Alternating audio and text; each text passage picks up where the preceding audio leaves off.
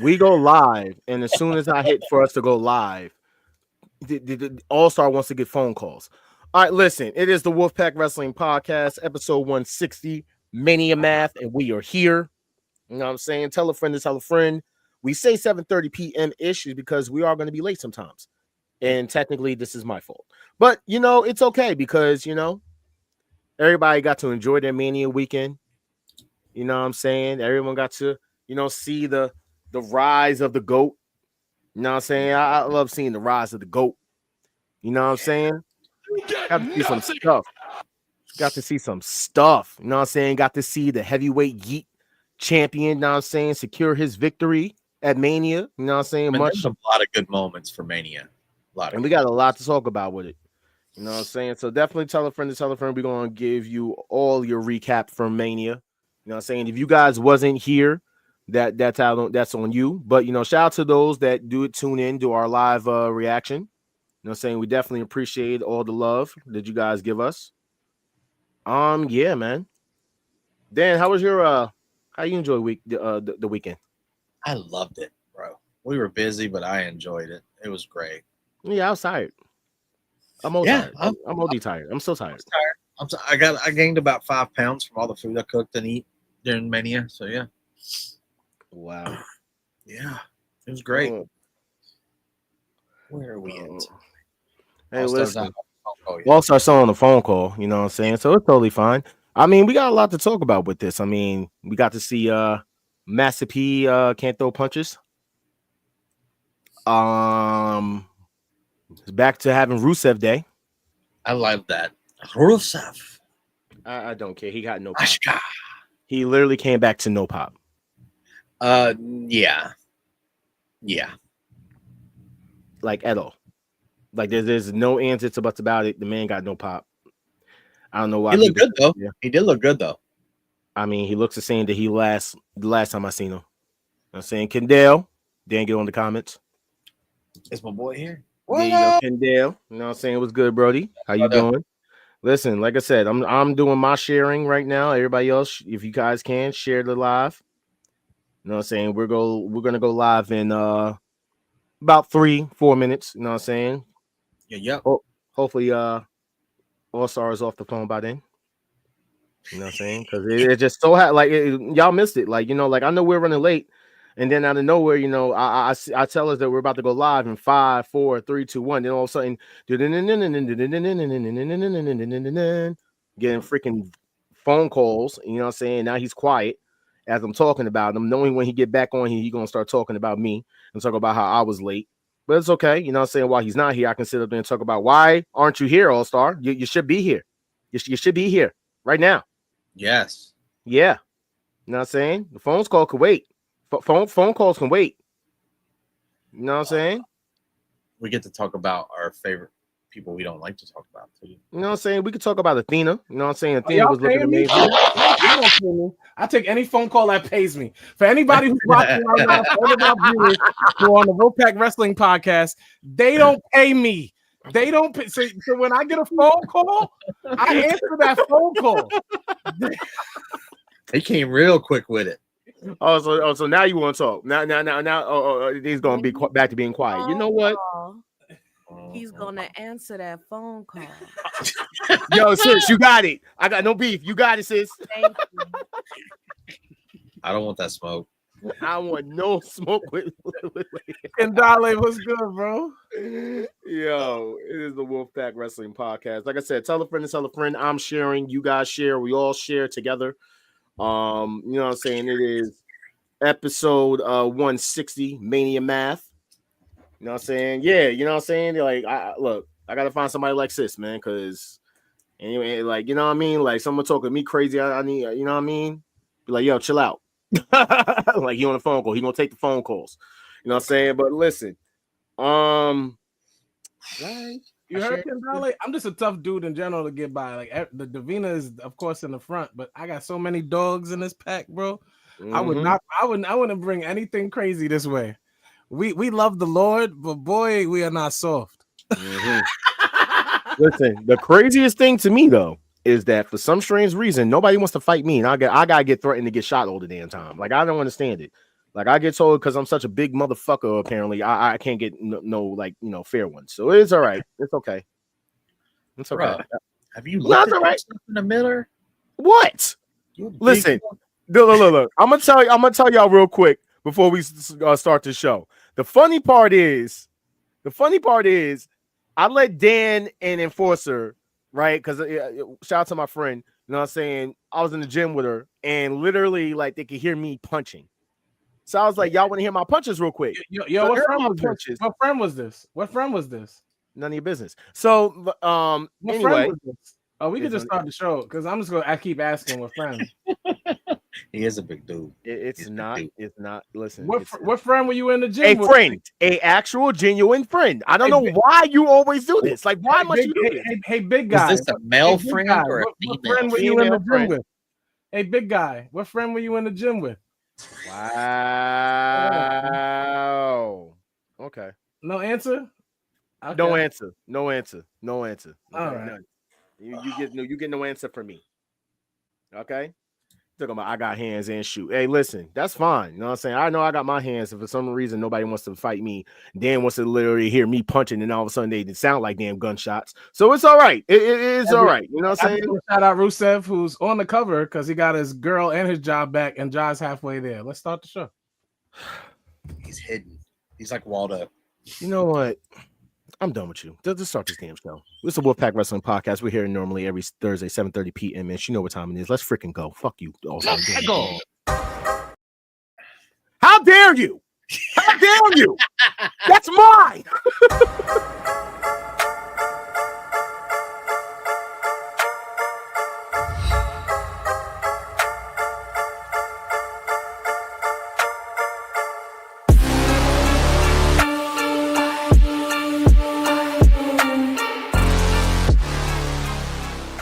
Copyright disclaimer under Section 107 of the Copyright Act 1976. Allowance is made for fair use for purposes such as criticism, comment, news reporting, scholarship, and research. Fair use is a use permitted by copyright statute that might otherwise be infringing. Nonprofit, educational, or personal use tips the balance in favor of fair use. The following program is rated TVMA for mature audiences only. I tried to tell them not to curse, but it happens.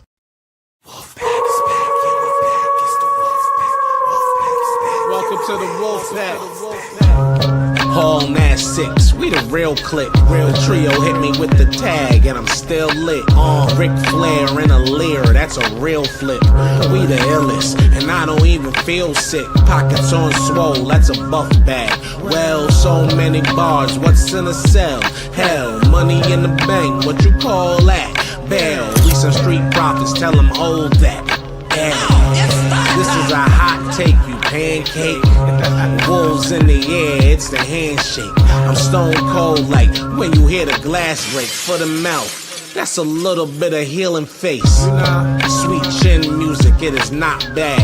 I'm about to hit Jai with the hot tag. Ask Kent, keep him with the star where the wolves at. 7:30 every Thursday, it's the wolf. Here's a hot take, the opposition's dead, man, no pop. Burning down the industry in darkness where the curb stops. Some sharp shooters in your house, we the hitman. Let's treat whoever was no shade kid, you's a big fan. Name another better, doesn't matter, we don't rock with hate. Strictly for the culture and our nation, cause we dominate. Wanna brawl, we all in, and don't care who we gotta face. Toss them off a balcony like New Jack and give a smiley face. Little extreme, but for my ooses, we on go time. Pushes over the and somebody yoing, that's a bloodline. Unapologetic, totally non-stop, we cross lines. Got Thursdays in a death lock, somebody tell them it's showtime. Real honor in this pack, we the foundation. Final countdown, yeah, we got the crowd waiting. Every Thursday, 7:30-ish, and the show is stacked. Go and run and tell a friend we back, it's the Wolfpack.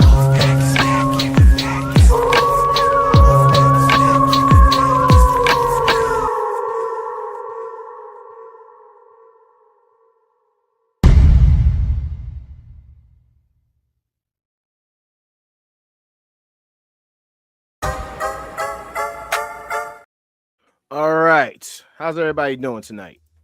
Wonderful. Great. I don't know why we're all on this side for some strange reason. Nope. I'm currently watching an interview between a bishop who wrote a diss record against somebody in Christian hip hop, and now they're about to discuss the beef between a bishop and this dude who is in Christian hip hop. I can say this because they're doing it publicly, so I'm not gossiping.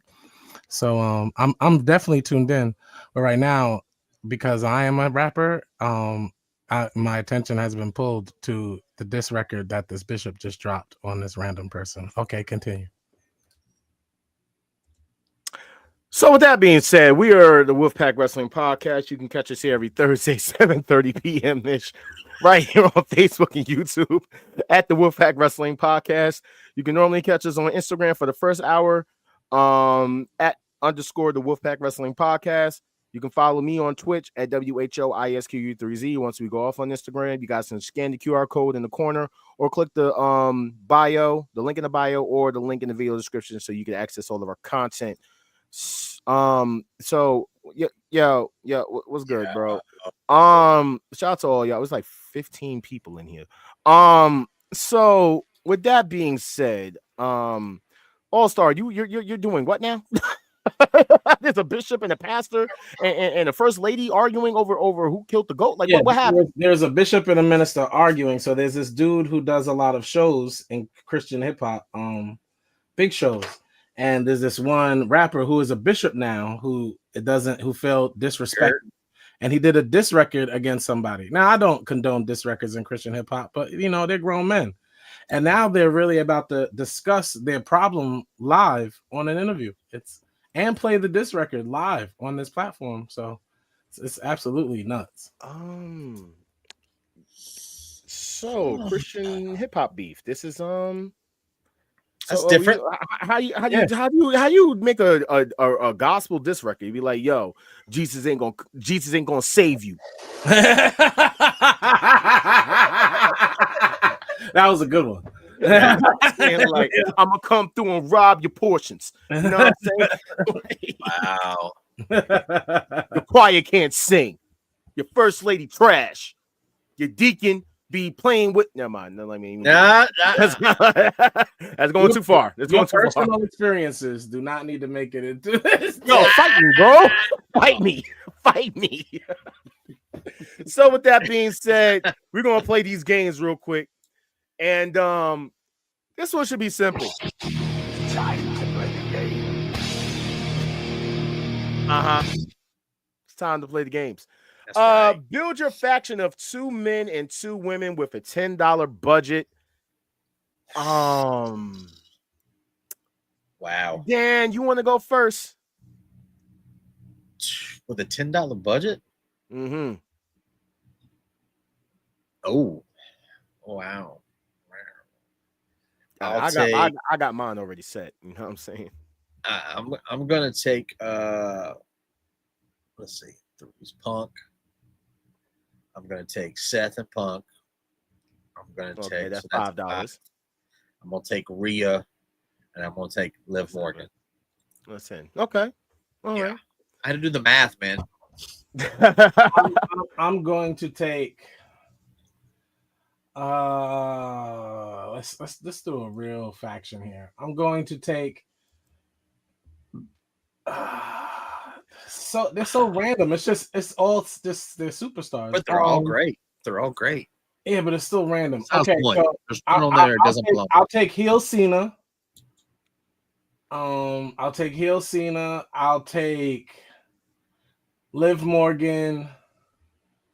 I'll take Seth Rollins and Roxanne Perez. I'll go all the way. Connect 4.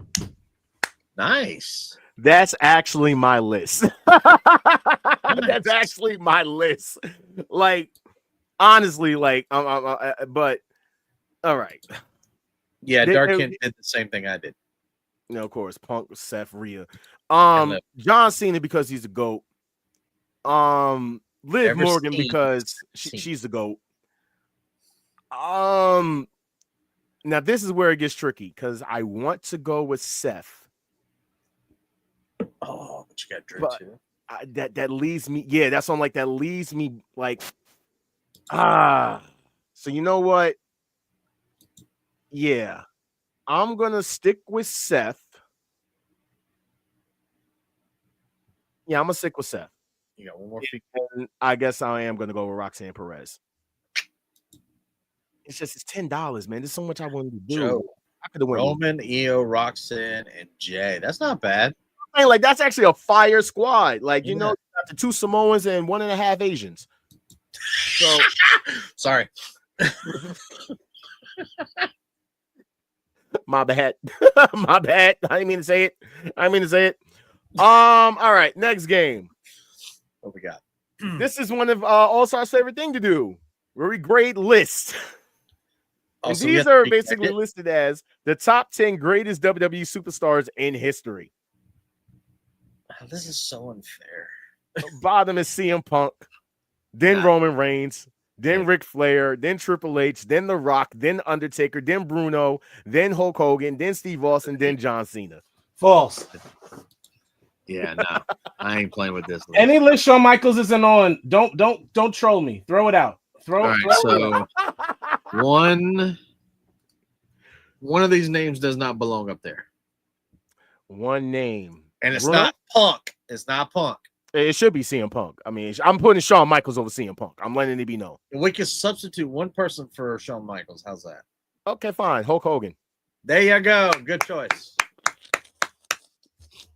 I mean, selfishly, I'm just saying, like, it's Hulk Hogan. It's no ands, it's or buts about it. It got to be Hulk Hogan. He got to go.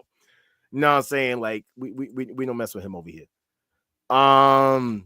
Also, I say he's not talking about this list because Shawn Michaels isn't on it, so it's whack. Not even touching it. No need to talk about it. All right, so We're swapping out Hogan for Shawn. we're gonna go to the next one. John Cena versus Randy Orton. Mike Cena, ring Orton, theme music Orton, finisher Orton, popularity Orton, charisma Cena. Whoa! Status Orton. What? Yeah. Nah. What? Yo, sorry, help, please. What did Dan just say? Yeah, you heard him. You some bad stuff. I said mic work. I said Cena. In ring, it's Orton. Theme music, Orton. Finisher, Orton. Popularity, Orton. Charisma, Cena. Go status, Orton. No. Yeah. No, you're wrong. Yeah, absolutely. Because you think Randy Orton's more popular than John Cena? One, that's incorrect. So Mike, John, in ring, Randy, theme, tie. Oh, Theme music tie. Finisher, Randy, popularity, Cena, charisma, Cena, GOAT, Cena. thank you. Mike Cena, in ring, Orton, theme music. I mean, the popularity is probably. It's a tie. The theme music is both pop. They both pop.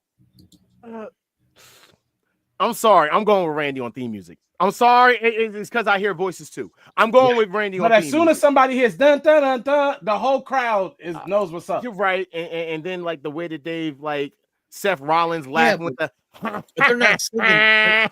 They're not singing his song to him as he walks to the ring. I mean, they're just saying John Cena sucks. But if you're talking popularity, John Cena got that. No matter which way you put it, John Cena got that over Randy. I'm sorry. Why is Charisma? There's a reason we should have him on the show this week. Charisma.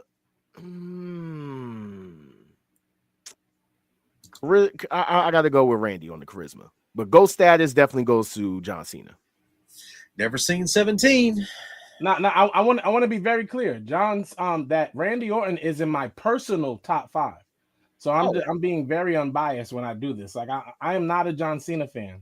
I was telling Ja before the show started, like I understand he likes heel Cena, but none of us were John Cena fans. So let's just cut it out. Like none of us were like, oh, I can't wait for Cena. No, nobody was doing that. Relax. But from an impact point, I ain't gonna hold you like and just play him completely. Like, and he hasn't done enough like Hulk Hogan did for me to just want to remove him from the history of wrestling. So I have to give him his props. Okay. All right. Yeah, that's right. Yeah. All right.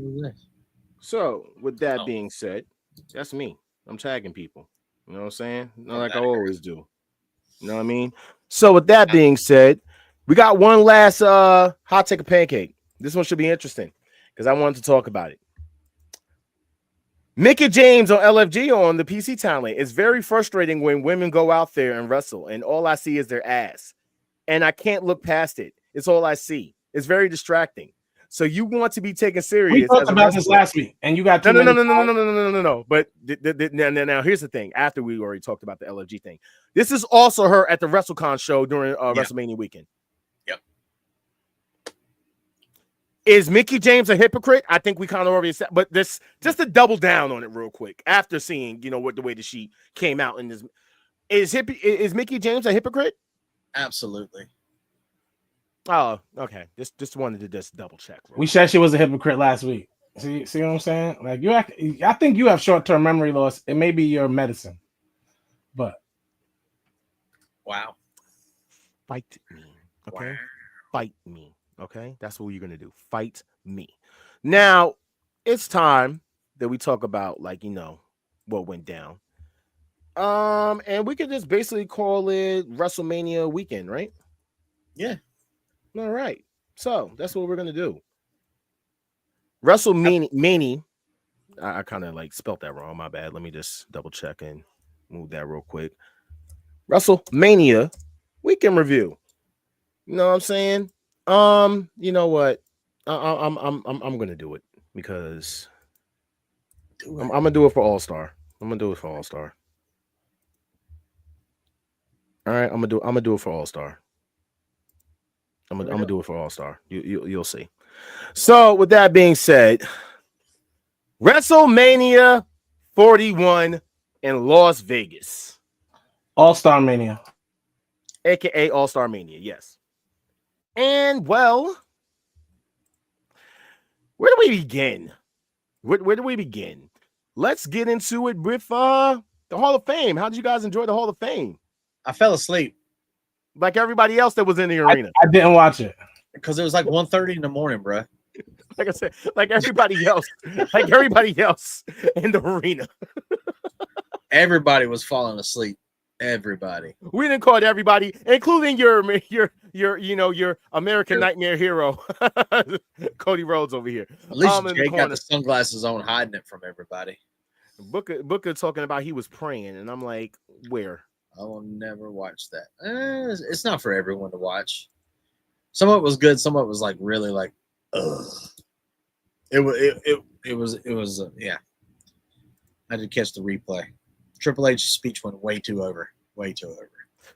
I literally watched it, and then once I got to Triple H's speech, I fell asleep. Like in the middle of his speech, I fell asleep. I got to literally see him and Shawn Michaels not escape those allegations that Bret Hart put out on them. Yep. A little, you know what I'm saying? But listen, you guys have to listen to Shawn Michaels' speech in order for you guys to understand why they made that makeout session. As weird as that sounds. Yeah, he can still be All Star's favorite, wrestler, but hey, I mean I want to hear him talk now. He was the prototype of what wrestling entertainment is in his prime. He is one of the greatest wrestlers of all time. As far as the black female wrestling breeder he's become, that's beyond me. Oh, hey, wow. Listen. Wow. That's crazy. So, getting into it. Stand and Deliver. It's a good show. I enjoyed it.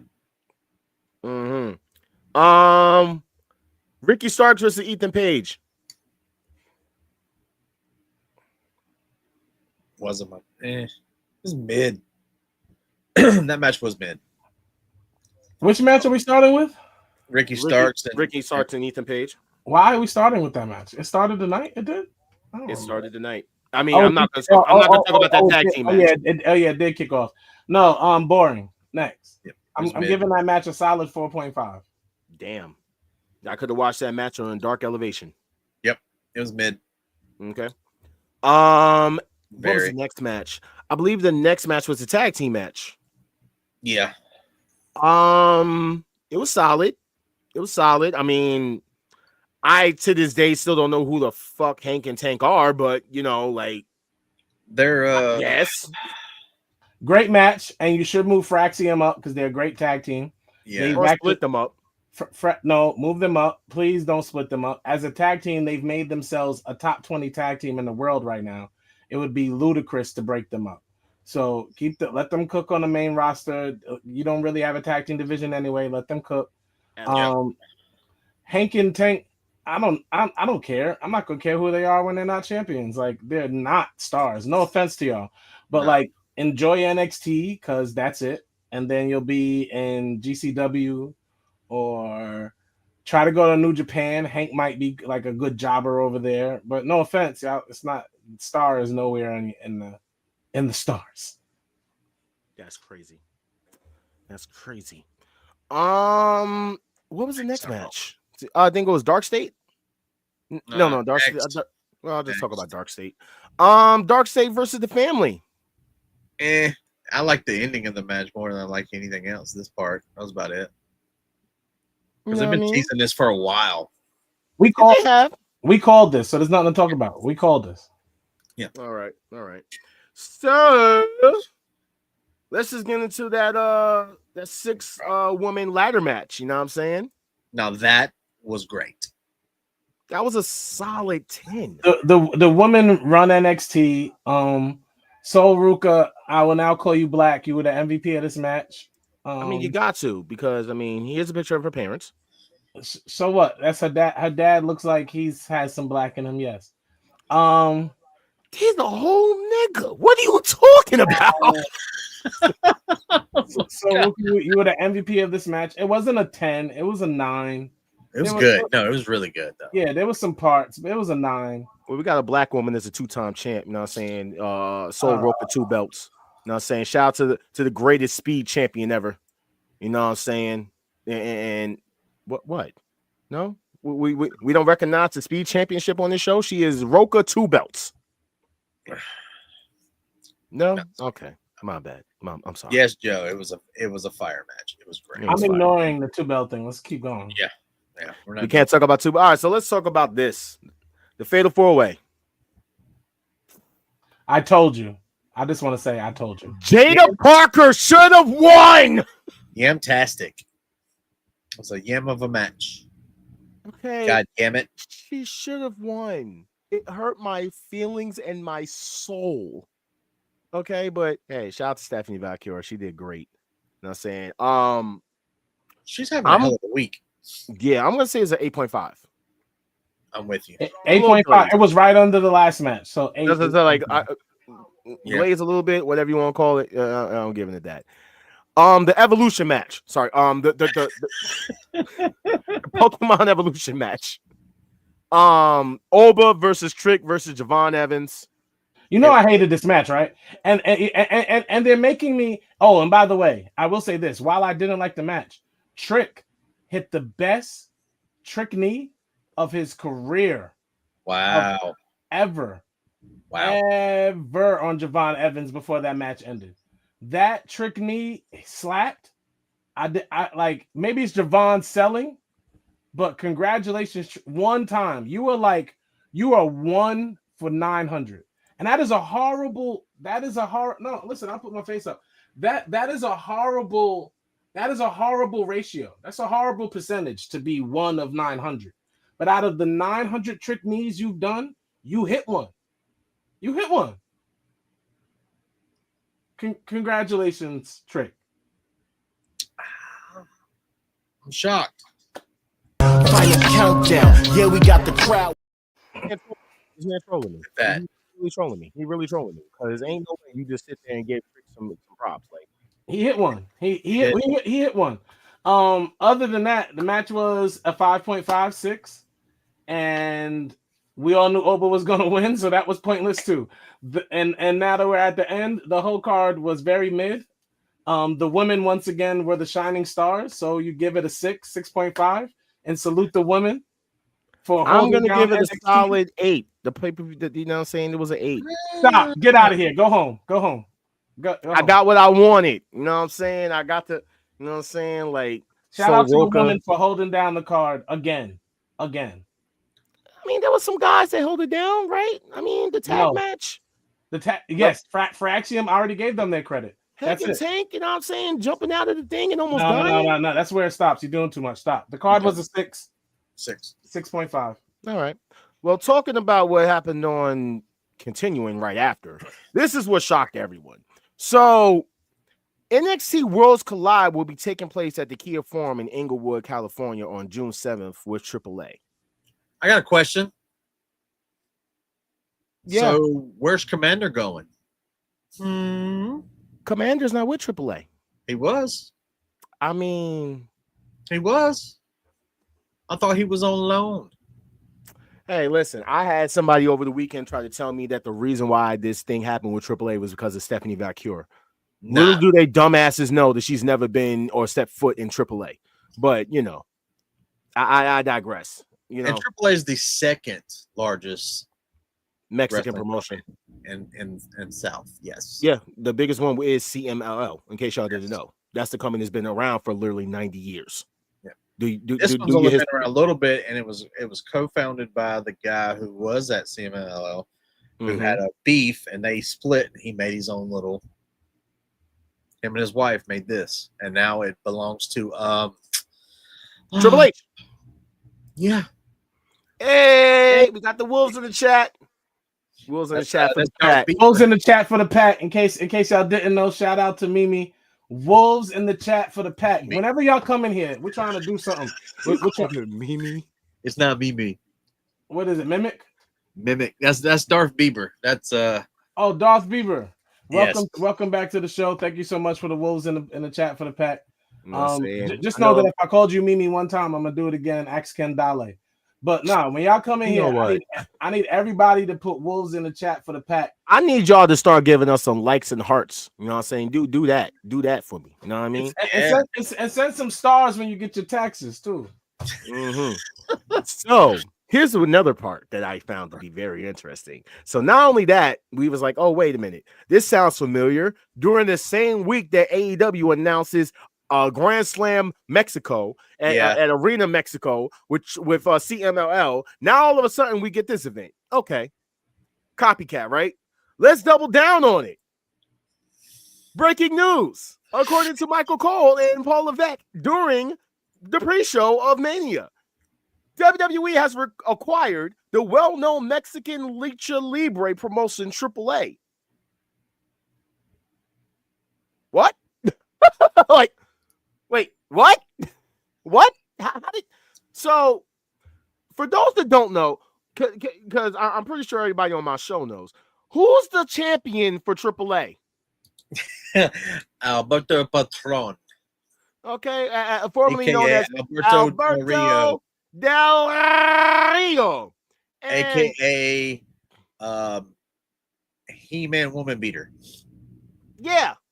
And not just with Paige, with multiple different people, apparently. Charlotte. So I'm trying to understand something here. How's that gonna work? Because I know there was a lie going around. By the way, he wasn't fired. Okay, I know I've seen a lot of people post that from Wessel Votes, not Russell Votes. Wessel Votes. Wessel. Okay, I'm assuming that wrestling fans can't read. You know what I'm saying? They see a thing, or see a picture with words, and they just go with it. It's Wessel Votes that is fake. It's a parody account. Okay, Wrestle Votes is the real account. However, so I'm trying to figure this out. If he's gonna be fired, if he's not gonna be fired, what the hell is going on? I have Vikingo, which I never thought I would see Vikingo in the WWE ring popping up, like helping people during Mania. Like, what is going on here, bro? I don't know what to do. I also don't know what we're talking about. What's happening is what we said what was going to happen. That said it was going to happen to TNA, right? But that's fine. It should have happened. To be honest, because listen. To be honest, if you AEW is investing all the Jaguars' income into keeping up and building this brand to the level that WWE has established over the past 60 plus years, you idiots. AEW's been a company for less than a decade. WWE has existed for 60 plus years. So a company that has been doing what it's been doing for over a half a century is well versed at business. So you're not going to compete. We can have all the mid-card promotions we want. GCW, succeed as much as you want. But if WWE approaches their owner with $1 billion, you know what they're going to do? Do you know what AEW can't do what New Japan and WWE can do? Offer them $1 billion. Because I they've been around for over a half a century. Salute to AEW for being able to compete with a company that's existed for so long. That is not what everybody's going to be able to do. Certain people have to fold. They have to take the money. But let's just say this, Garrett. The funny thing is, bro, I hear you, but AAA has been around literally for 30-something years. Yeah. I understand if it was like a smaller company that just upstarted, but they've been around for 32 years. You mean like Evolve? Yeah, we know. So I don't know. It's weird to me.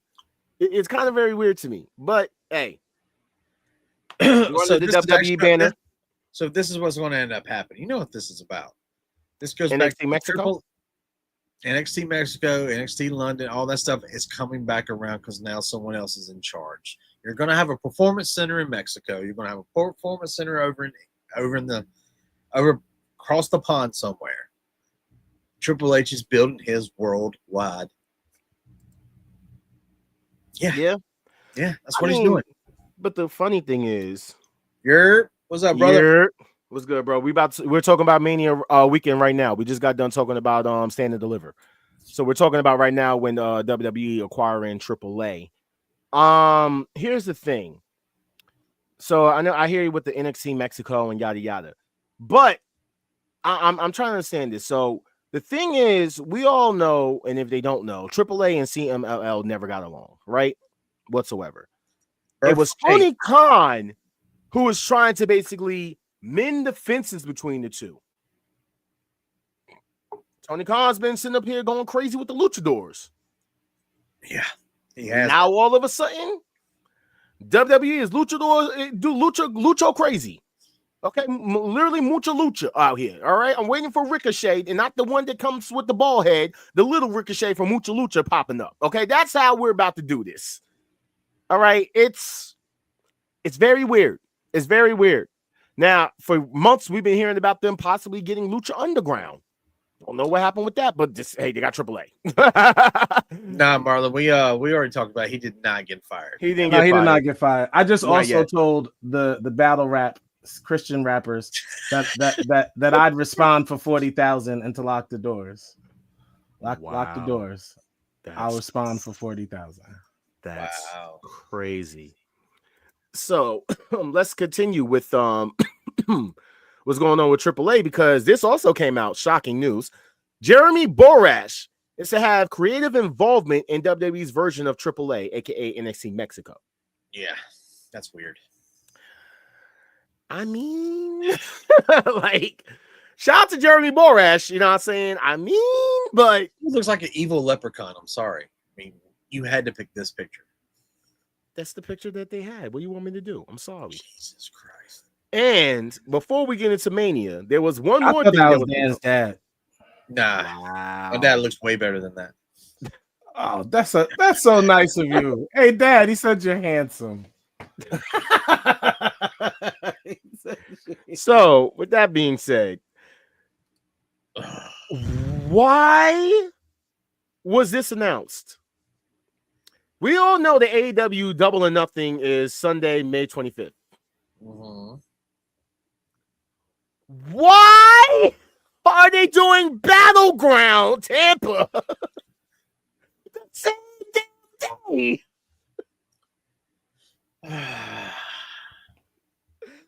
Look, we all said it. All started and had a big rant about it. We talked about it, about the tribalism thing or whatever the case may be, and we're saying that these companies are not like that. I think we got to retract our statement at this point. No, I never said the companies aren't like that. They're competing. What I'm saying is that them competing for markets is none of our business except to pick which show we feel like seeing at the moment.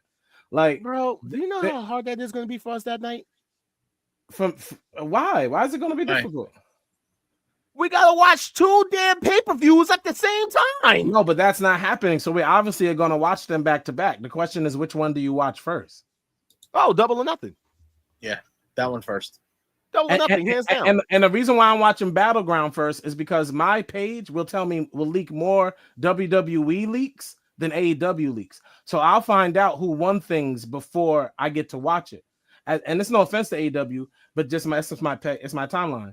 As opposed to AEW, I can watch that second and not get spoiled by delaying it. True. Okay, that's a little bit true. Oh no.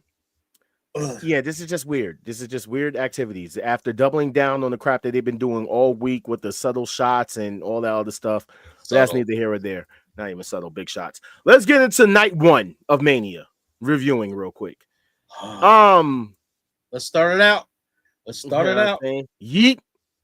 That's right. Yeet. Yeet. For those that was watching us on our live reaction, shout out to my cousin Kimmy. Love her to death. Yes, that was a great thing. The moment, of course, was great, and the match was a 6. Next, we're gonna keep it funky. Match was a 6. What? Match was a 6. Moment was a 10. Next, the match. I'm not playing with nobody tonight. My tagline is "Shut up, Ja." I don't know why I don't care tonight, but I don't care. It was a 6. Wow. The hate is real. The hate is real. I'm not even going to do this. The next match. What did you call it? 6-10. It was a 6-10 split. The match was a 6. The outcome was a 10. 6-10. Okay. All right. You know what? Let me just. I'm just gonna get this real quick so I can. Oh yeah, that's right. Marlon was there. Yeah, it's what I'm saying, Marion. Like, you're cheating. And we went to an AEW pay-per-view. We almost gave every match an 8 because we were there, and that's cheating. That's cheating. I mean, you're right. You're right. We did. Yeah. We did. I mean, but it was all fire matches. What do you want me to say? I'm sorry. I gave a Mercedes match an 8, and Mercedes versus Stephanie McCoy was one of my favorite female matches. I was biased because I was there. Oh, Dark, what? Oh, wow. Boys, were you back? Wait, did John surprise me? Yeah, John dropped it. Oh, well, welcome here. I've been a Kent guy this whole time, Dark Kent. I want you to know. I was a Kent guy through and through the entire time. I am the most happy to have you on tonight. I am more than happy to be back. We got to Although you didn't call me on my birthday, you texted me, and that was very impersonal. I texted you before your birthday. Yes, you did. But we didn't get to speak, so I'm a little upset. But continue. But there's a lot of fuckery going on this past weekend. Yeah, Here we go. We're gonna get through this shit before you start your shit. We have to elaborate on the fuckery, but let's get through the show so far. All right. So the next match after this was actually I kind of got this out of order. Really? Unless I don't have that picture here. Yeah, I don't have the picture here. That's fine. The next match was Kofi Kingston and Xavier Woods and the New Day versus the War Raiders. This was a bathroom match, bro. Definitely a bathroom. Another 5, and the outcome was a 3. So a 5-3 split. Damn. This was a big pop. Well, it might have been a big pop live in person, but not. Oh man, it did not translate well on the TV. I want to be very clear that Marion's rating is going to be higher than ours because he was there live. Okay, it's going to be 5-3. Because of no Biggie, the outcome was definitely lower. 5-3. Yeah, I'm giving that a complete 4, bro. Like, I'm being nice. I'm being nice. Honestly, this is gonna get my lowest of it. Actually, not at the lowest. Probably one of the lowest. It's a 3. That was a 3 for me, bro. 5 is generous. The match itself. 3.5. But the ending is what you needed, man. Oh yeah, they needed to be champions. I mean, of course. Oh yeah, Dark Kent coming back is a big pop. Big pop. Dark Kent, everybody. Good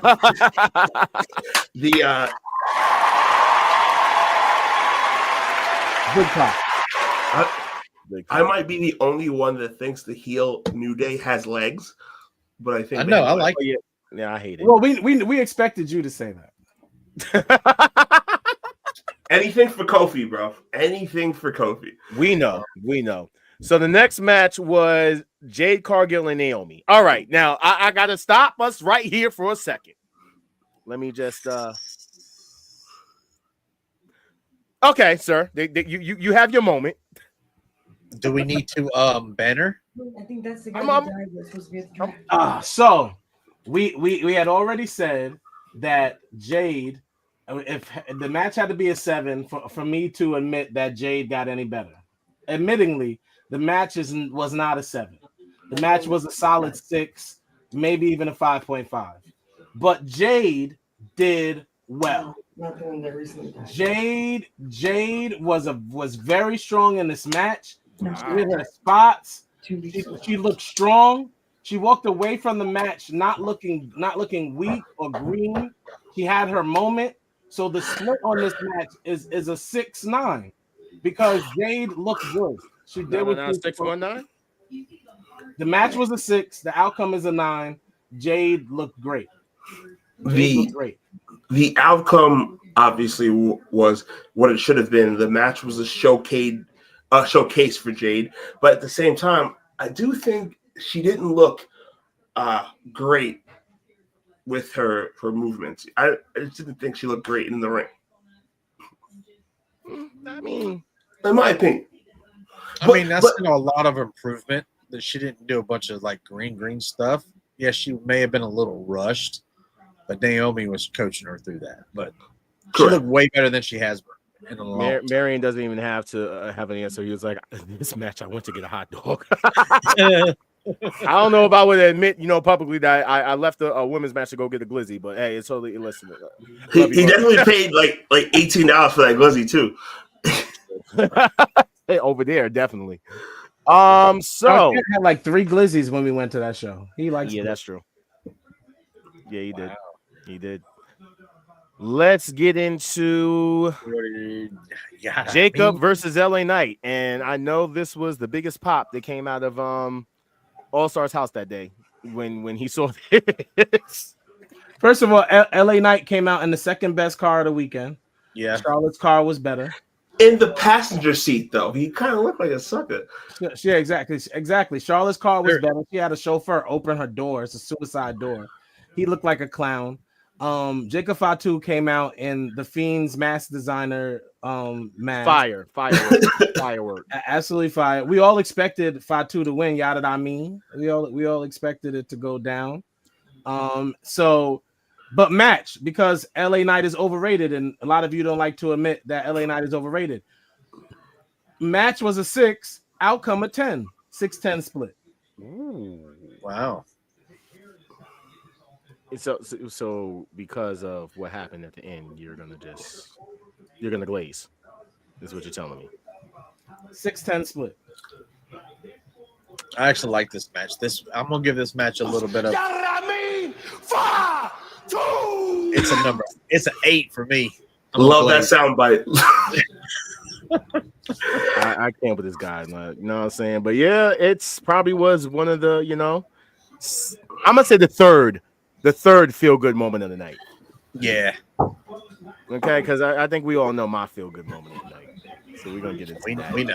No, we're talking about Saturday, not Sunday. Oh yeah, of course. No, we're definitely talking about Saturday. So El Grande Americano versus Ray Phoenix. My only thing with this, not what you want. It's his first WrestleMania. It should have been Iguana Lee instead of Ray Phoenix. And Ray Phoenix should have not lost this match, but also Americano should not have lost this match. So this was a lose-lose situation. I'm giving this a 5.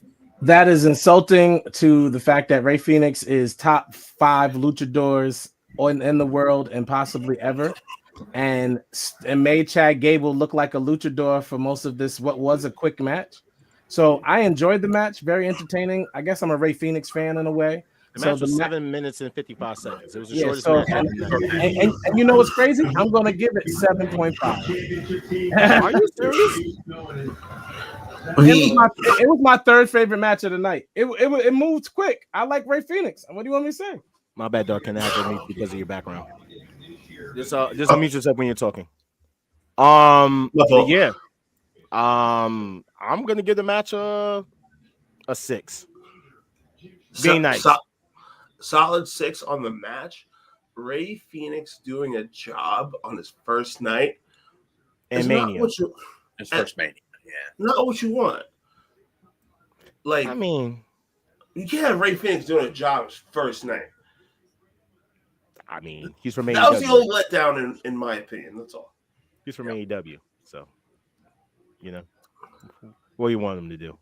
We're not sorry. He's free now, though. He's no longer AEW, bro. Yeah, He's and this free. this is what got me. So Vikingo just jumped over the guardrail and came to Ray Phoenix's aid, and I'm just like, Worlds collide. Yeah. El Grande Americano versus him at Worlds Collide. That's what they're building. Oh God. About Worlds Collide, it's kind of weird to me that TNA is not involved, but maybe that'll change later on. They'll get involved. There'll be someone's going to get involved. All right. Well, let's talk about the match. The Nepo Baby versus Jennifer Coolidge. Fucking Decepticon. She was actually transforming in this part right here. Because I remember after this match was done, Stephanie Valkyrie tweeted out and said, "Oh yeah, our moves is definitely not the same. She has more ass." Yeah. Not even close to being the same. Honestly, the match could have been cut 8 minutes, 10 minutes. It was just way too long. 19-minute match. 19-minute match. I see this match was a grudge match because everything was going on, but I also saw real shots between the two. So this wasn't a fake. They were actually taking shots at each other. Yeah. Oh no, they were throwing potatoes, but even still, the match was still just too long. It was too long. Here's the thing. With them, it was actually real because when I heard more reports about apparently that after the match, Charlotte was yelling at Tiffany and all this other stuff that went on. Absolutely. And I'm just like, well, a lot of this apparently happened because of Charlotte. Like, everything that she got was because of her. We have followed Charlotte's career over the past few years. She just seems like someone who's hard to like, honestly. Well, no, here's the thing. When you're that good in the ring, you can, and I'm saying she is good in the ring when she wants to be. Bullshit. And her whole career, though, yes. You said her cold career? Or no, my bad. Oh, I like that. Yeah, right here lately it's been very cold, but no, she is a good wrestler. Oh, amazing wrestler. How do you have on tight ass bottoms and they still look I like didn't a say baggy that she diaper? didn't look great. I didn't say that she's not anorexic or something like that. I don't know. Oh, we can tell she's not anorexic. Look at those her muscles right there. No, she looks like Cher. Cher looks younger. Madonna? No, Madonna looks younger. Wow, Madonna's way older than that shit. Wow. All right. Whoa, let's get that is a into lot of Emotional damage. So we're going to get on to the main event of night one. I love this was the best match of the night. 10. Solid 10. I'm giving it a 10. I'm not glazing because of Punk. I know I got a little like happy that I saw him come out and he got to come out last. Sorry, he lost, but at the same time, in living color, Yeah, the real man, the person who won needed to win. And Dan, you are 100% correct. Punk got to come out last at WrestleMania, so me as a fan, I was satisfied. The ending was a little predictable, but it's what needed to happen. No, we knew Paul was going to turn on Punk. We just didn't know he was going to turn on both of them. That was cinema. This was cinema. Absolutely. Did you notice that when he gave Roman the low blow? Yeah, it was like he had the extra oomph to it, like, fuck you fucking tribal chief bastard for putting me through. Like, Yo, like he winds it up on the low blow. He literally so nicely gave Punk the low blow. When it came to Roman, I don't want you to have no more kids, no more tribal kids. Yeah, it was. But I was gonna do another one, but I ain't gonna do it. I don't want to get us kicked off the air. Yeah.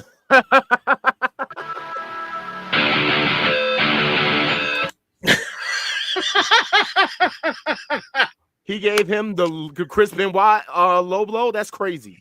By the way, John, do you have that soundbite like readily available? Oh, I'm not doing the sound bites. That's all Dan. Oh, That's all Dan. Chris He was trying to end that bloodline.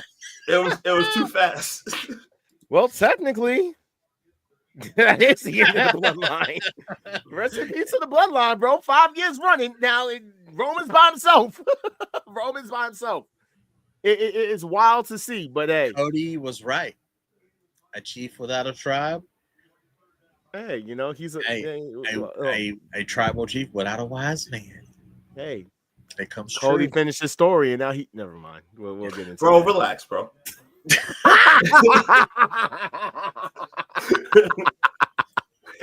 So, oh yes. I mean, I could grade. What did you guys grade night one? Night one as a whole? Yeah. 7. I'm one of the very few that actually enjoyed night 2, and I'll tell you why when we get there. Yeah, you're kind of crazy for that, but I'm gonna give this a 6.5 for the two solid moments that happened, and that's between Jey winning and the shocking betrayal at the end. Definite cinema. So I'm giving it a 6.5. I said it on my Facebook that it was a 4.5. That was a little rushed. I'll say that it's like a 6, 5.5, 6. Okay. So now we're gonna get into. There you go. See, opener and carry of the night. Yep. Complete fuckery. Now, getting into this, which was the first match, was Bianca versus Io versus Rhea, and shout out to Bianca, came out looking stunning. She actually had her stepdaughter with her on stage that was doing the dancing as well. So she's hugging. You know what I'm Very saying? dope. So, very dope moment. You know what I'm saying? Love the black excellence that went on for that. However, let's get into the match itself. And we don't really have to get into it, dude. This should have ended the night. This should have actually been the ending of night 1, to be honest with you. This should have main evented. One of the matches of the night. One of the matches of the weekend. I like how you came back. By the way, what did you give night 1? I gave it a 6.5. Tim gave it a 5. Dan gave it a 7. Night 1. That last match was great, by the way. So let me rate that. That's a 10. Obviously. Mm-hmm. That's what we said. So if that match is a 10, and I had some 7s, some 6s, I had some 5s, some 4s. It was a 7.5 first night. Okay, all right. I gave it a 6.5 because, like, as Darth Beaver already said, and I think we kind of all agreed, the first match and the main event pretty much carried the night. Okay. So, we already put that card up one more time. I wasn't here. One more time. That was night 1. So what did y'all give Tiffany and Charlotte? I'm sorry. What were the ratings for that? I forgot what my rating is, but if you want me to give it another rating, I'm gonna give it a 6. Okay, Dan, what did you give it? I'm gonna give it a 6, just to be fair. A 6. Okay, and Dark Kent, what did you give Tiffany versus Charlotte? I gave it a 5 and change because it's too long. No matter what y'all gave Tiffany versus Charlotte, that match was clearly a 7.5. So the only two matches. Iffy Glaze is crazy. Oh, that was the third best match of the night. That was the third best match of the. Y'all are haters. Y'all are so lucky I came back. Y'all were dealing with that hate. The hate. Ray Phoenix and El Grande Americano was better than.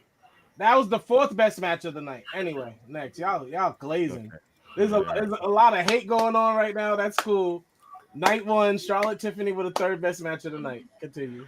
So right, the second match after the triple threat between Io, Bianca, and Rhea was Drew versus Damian Priest. And I didn't mind this match. It was all right. This match was a solid 7.5. Yeah. I'm giving it 7. 7. 7. 7's across the board. I like the match. Just I think Priest should have went over because he needed a big win, and now I feel like he's going to go right down the card. I honestly agree with that. I'm sorry. I honestly thought that Damian Priest should have went over. For what? He is not a star. Somebody lied. I got a chopper. Dude, Drew hasn't went over in how many feuds already? But Drew's the a star. feud, He lost. can take a loss. He's been taking too many losses. Damian's not a star. Punisher Martinez was more. He has to literally rework his. He has to be edgy. He's such a babyface bad guy. It is annoying. It's like he's the softest big dude in the game. I just think the loss hurt Damian more than Drew losing would have hurt Drew. You know? Nah, Drew don't need to lose anything. They owe Drew McIntyre. They owe Drew a title. They owe him a WrestleMania moment. Drew McIntyre is old from this company, and best believe he's picking up next WrestleMania. I want everybody to know next WrestleMania is Drew Mania. So let's talk about the shortest match of the night. Say his name and he appears. I believe in Joe Hendry. I believe in Joe Hendry. Excuse me. That was actually too long. He got RKO'd way before that. Oh yeah. that little intro we did was longer than the match. He got RKO'd way before that. That was way too long. The match was 3 minutes and 10 seconds, by the way. This was fan service. With entrances? With entrances, yes. With entrances. and that ran point is about like 150 yards. So the match was quick. And my boy turned around and got RKO'd to become a meme, bro. Like as you can see, there's a meme. There's a whole meme, bro. Yeah. But let's get into the match that literally let me the fuck down. And that is AJ Styles versus Logan Paul. Why did you have you had hopes? You had expectations? Yes. The phenomenal one, and then you have Logan. Yeah. No, I was let the fuck down with this match. This match was a fucking 3. Oh, that's crazy. You give it. I wouldn't say it's a 3. I'm gonna give it like a 4.5. I'm giving it a 5. This was you could take a nap in this match. I'm serious. You sound disappointed. Who are you a fan I am of? disappointed. Yeah, you're disappointed. I like the match. I'm not disappointed. The best part of the match was Karrion Kross. I didn't expect a 50-year-old and a dude having his 4th wrestling match to have a 10-star match. I'm sorry. Yeah. Speaking of Karrion Kross, did your guy? I'm pretty sure everybody caught his shoot at the end. Yep. Caught that. Killer Kross, baby. Yeah. And by the way, his contract ends at the end of the year. So, bro, He's about to get a push. He's not going anywhere. He's not going. Listen, he better get a push. He better get a push. I've not heard anybody talk about Karrion Kross, but when it comes to Killer Kross, now you're talking. Now you're talking. Because my guy had an amazing weekend. Oh, he was. Go watch what he did in Bloodsport. That man had an amazing weekend, bro. Mm-hmm. He was having fun. Oops, my bad. Where was I at? Okay, we're there. So yeah, so the next match was let down. Okay, so it was the tag team match. Oh my god! And Becky Lynch came back to the second. Becky Lynch is still a cornball. Will forever be a cornball. Don't talk. Big back. Becky Lynch is a cornball. Live. Prove that the very next night. This match was very pointless way to bring Becky back and make me think she's a babyface. You shouldn't use Liv like that. Don't use Liv like that. No, Liv is not the user in this one. It's Bayley. Yeah, we're going to talk about that after we're done. It was Bayley. Oh no, Bayley got played. Spot. Oh no, Bayley. But here's the thing: they make it seem like Bayley's the one in the back that would have said they should do this. Like, hey, why don't you bring Becky back in my stay? This is exactly it, right here. Okay, I'm just wanting to be known. Bayley's not injured. For those that don't know, Bayley is not injured at all. Okay, she's actually was planned to have this happen to her. She wasn't supposed to have a Mania match this year. whatsoever. She wasn't going to be involved in Mania whatsoever this year, all of a sudden. Because apparently, now, here's the thing. I will be honest here. Storyline-wise, this makes the most sense. It makes the most sense. All right?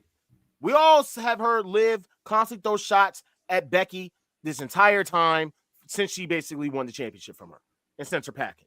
Okay, we all know this. But at the expense of Bayley, and then everybody in the back is upset about it. Mercedes out here literally telling her to call her.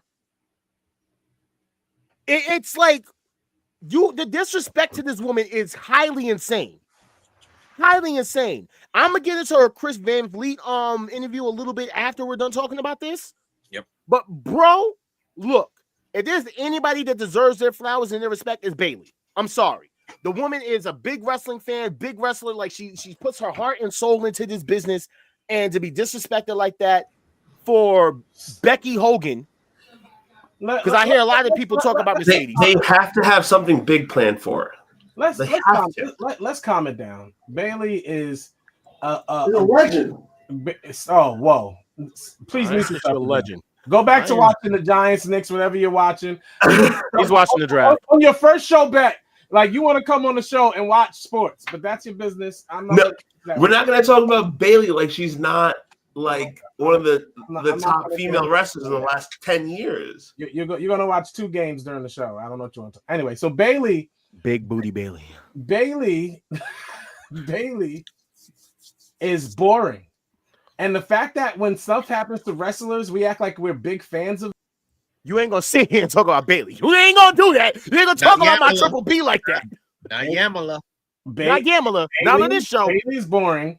Nobody even started that Bayley. We'll see y'all later. Bye. Countdown. Yeah, we got the. I really don't get it. Like when Bayley was champion, nobody was saying none of this. It wasn't until we started talking about her butt that all you horny wrestling fans want to act like Bayley was special. Bayley is the new Natalia. Bayley's gonna be. Whoa! Yes. Bayley is the new Natalia, by the way. Can we please Bloodsport?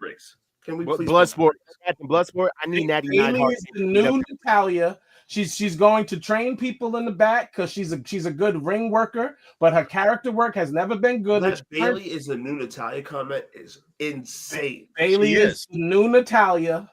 She is.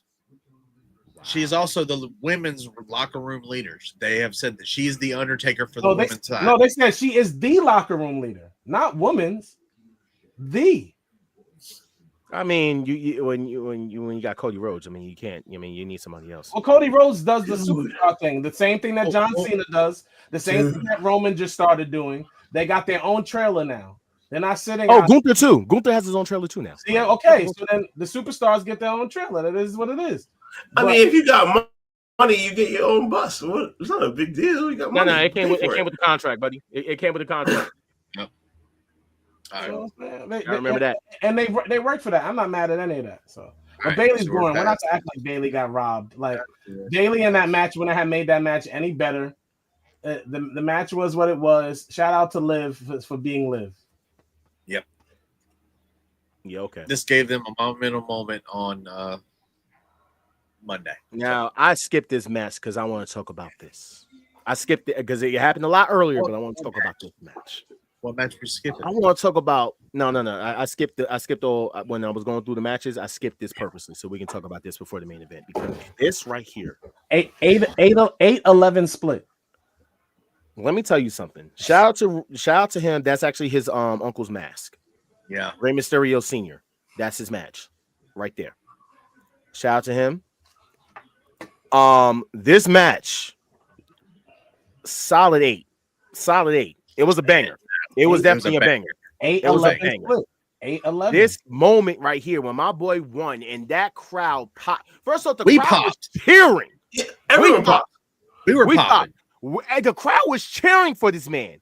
I did not think that was ever going to happen. 100%. Ever. You Deserve It was the chance the next night. It was beautiful. Shout out to Dom. A beautiful moment. This was the moment of the night. Also, for those wondering, Dom is the most homegrown wrestler of all time. He's also a 20-year vet. He's also a 20-year vet. Right? They fought over his paternity. And he also, in his press conference, he goes, I'm fighting for 2 legacies. I'm holding down the Guerreros and the Mysterios. I was like, that's awesome. That boy was talking his shit during his interview, bro. I love it. This is disrespectful because there's still Guerreros in the business, so that's hilarious. There's still Mysterios in the business. Yeah, I mean, there's only one. It's Chavo. Vicky. Because remember, Shaw's not in it, and Vicky retired. So Vicky's not retired. She's doing retired. shit with another promotion. She is. She's still outside. Yeah. Oh. You gotta get some money on the table anyway. I mean, your daughter it turned out to be a bust. My bad. I didn't mean to say that. That was wrong. Wow. Shaw should have started some OnlyFans. All right. Anyway, so let's crazy. My bad. You want me to end the show? Wild. Let's go into this. Subscriber, we know. So let's go into the moment where we talk about like the attendance of the night. Which, by the way, I'm still trying to figure how they got a whole 2,000 and something like and change difference. But that's besides the point. After saying like night one was sold out when it wasn't sold out, but that's besides the point. John loves numbers. Joe doesn't love numbers. I do. Joe, we called that because I'm like So we're promoting drinking and driving. By the way, he crashed before he even got on the stage. This guy settled outside of court. Shorty got a cool million. Dude. He missed the reason why it took so long. He missed the ramp up. And then he found the ramp, then he came down. And then he crashed before the ramp. Had to reverse. And then he almost rode off the stage. This is the best reaction of the night. Just white man drunk as shit. Because he was lit. Now everyone listen for the tribalistic fans, you WWE lawyers or whatever. Can you do me a favor? Can you relax? Because I've seen so many people after this got shared start talking about like, oh, the lady's faking it. She jumped back too soon or too quickly. Oh, she jumped back late. I'm like, bro, the woman this guy ran into by a ATV. She came to WrestleMania and made $1 million too. 100%. Hey, her neck be hurting. So listen, she left after that. By the way, she with $1 million. I want you to understand. WWE had her sign a disclosure form and handed her $1 million check. Listen, I'm going to right now. She's going to be the brown shirt woman now. Yeah, that lady was in the right. What? Damn. Austin was crashing that four-wheeler. He almost rode off the stage. So we got the green shirt guy, then we're gonna have the brown shirt woman. Yeah, that's it. She got money. She's wearing a brown shirt. I mean, look, she probably took his seat. She probably got his seat from now on. That's what I'm saying. She's probably sitting. That's not the woman, by the way. That's just woman, someone who was near. But the lady was wearing like a darker brown shirt. That's what I said, brown shirt lady. Mm-hmm. So let's get into we already talked about this. Match was a 2. The moment was a 13. Match was a -3. In terms of moment, what moment are we talking about? Okay. This is when the glazing happens. This is when the glazing happens. Yeah. So I'm going to be honest here. The match was a 3. The outcome was a 10. It was a 3-10 split. Wow. But then it went into the negative. Let me just be honest with y'all. Okay, the match was a solid 8. I got your damn bro. Come on, bro. The reason why I'm gonna say that, is because John Cena is the GOAT. That's 1 point. 2, I could have swore that's better, Joe. Leading up to this match.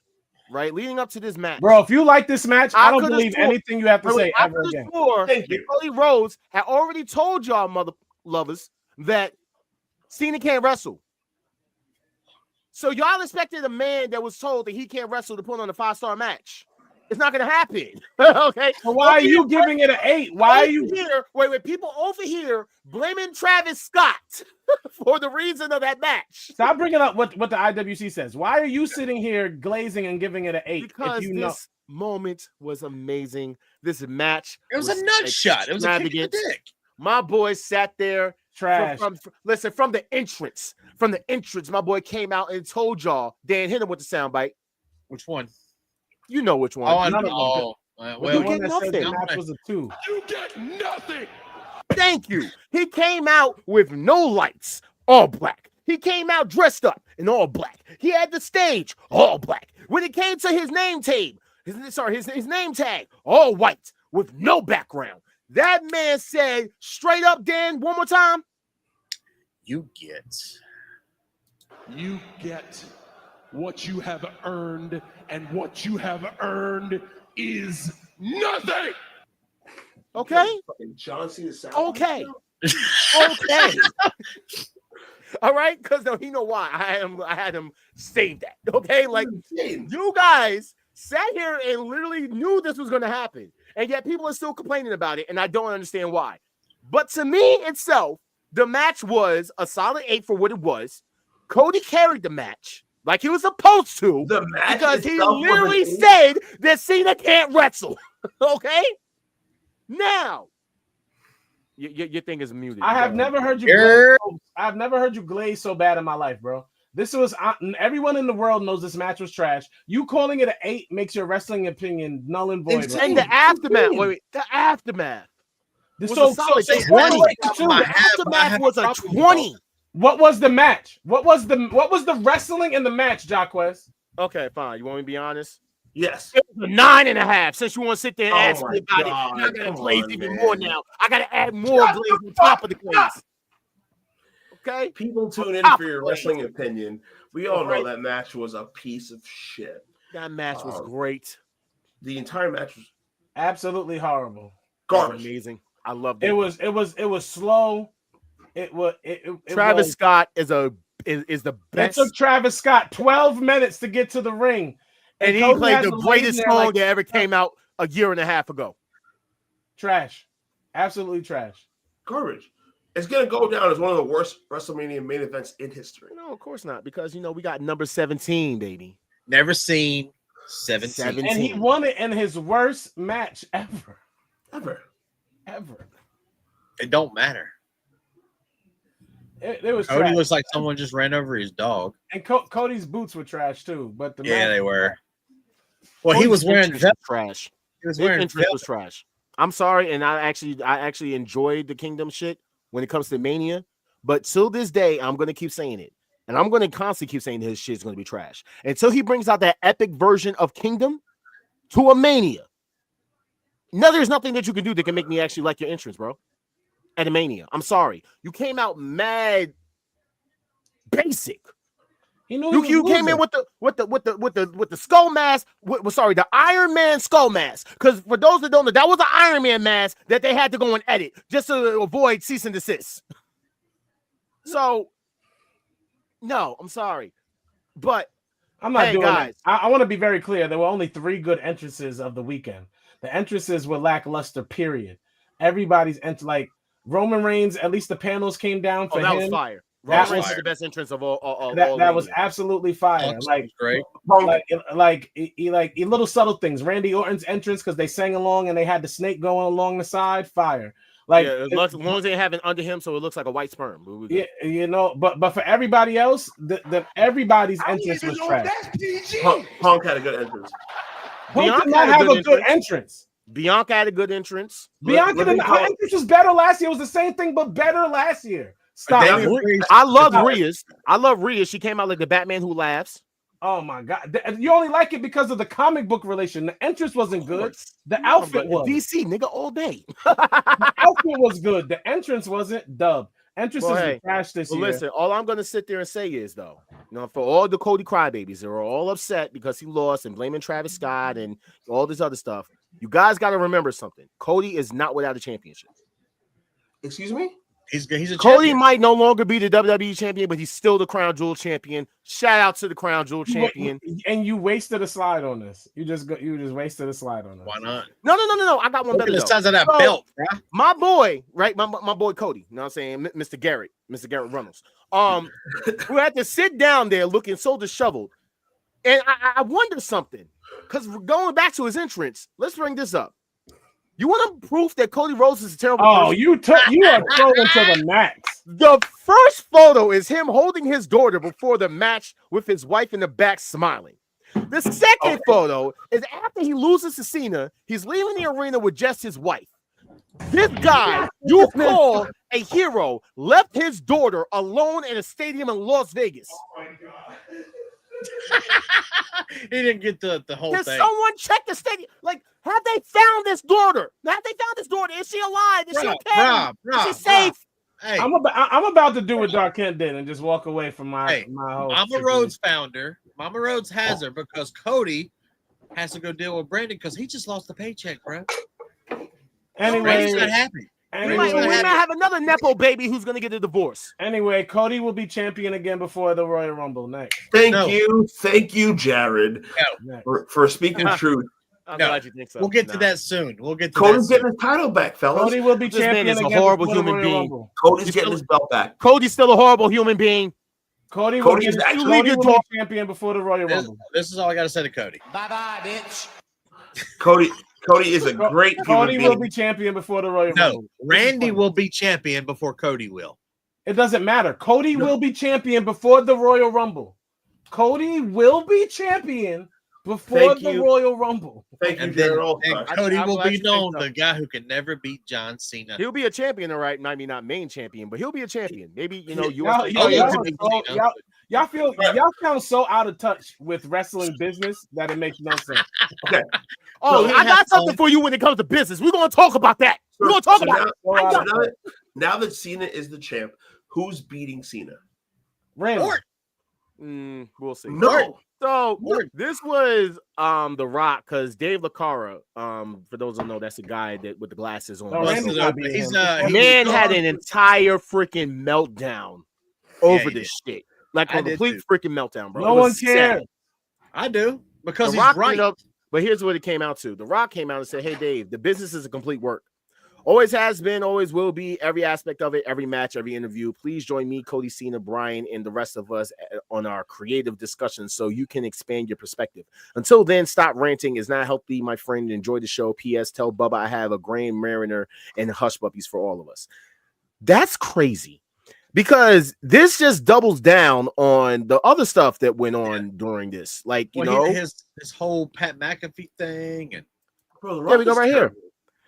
The Rock appeared on Pat McAfee via satellite, and he says that TKO CEO Ari Emanuel, he called him for help because the ticket sales at Elimination Chamber were slow. False. Okay. The Rock reveals he came up with the sell your soul idea for Cody Rhodes, then Triple H suggested John Cena. After Cody said, yo, I'm not turning. Cody ruining said my no. character.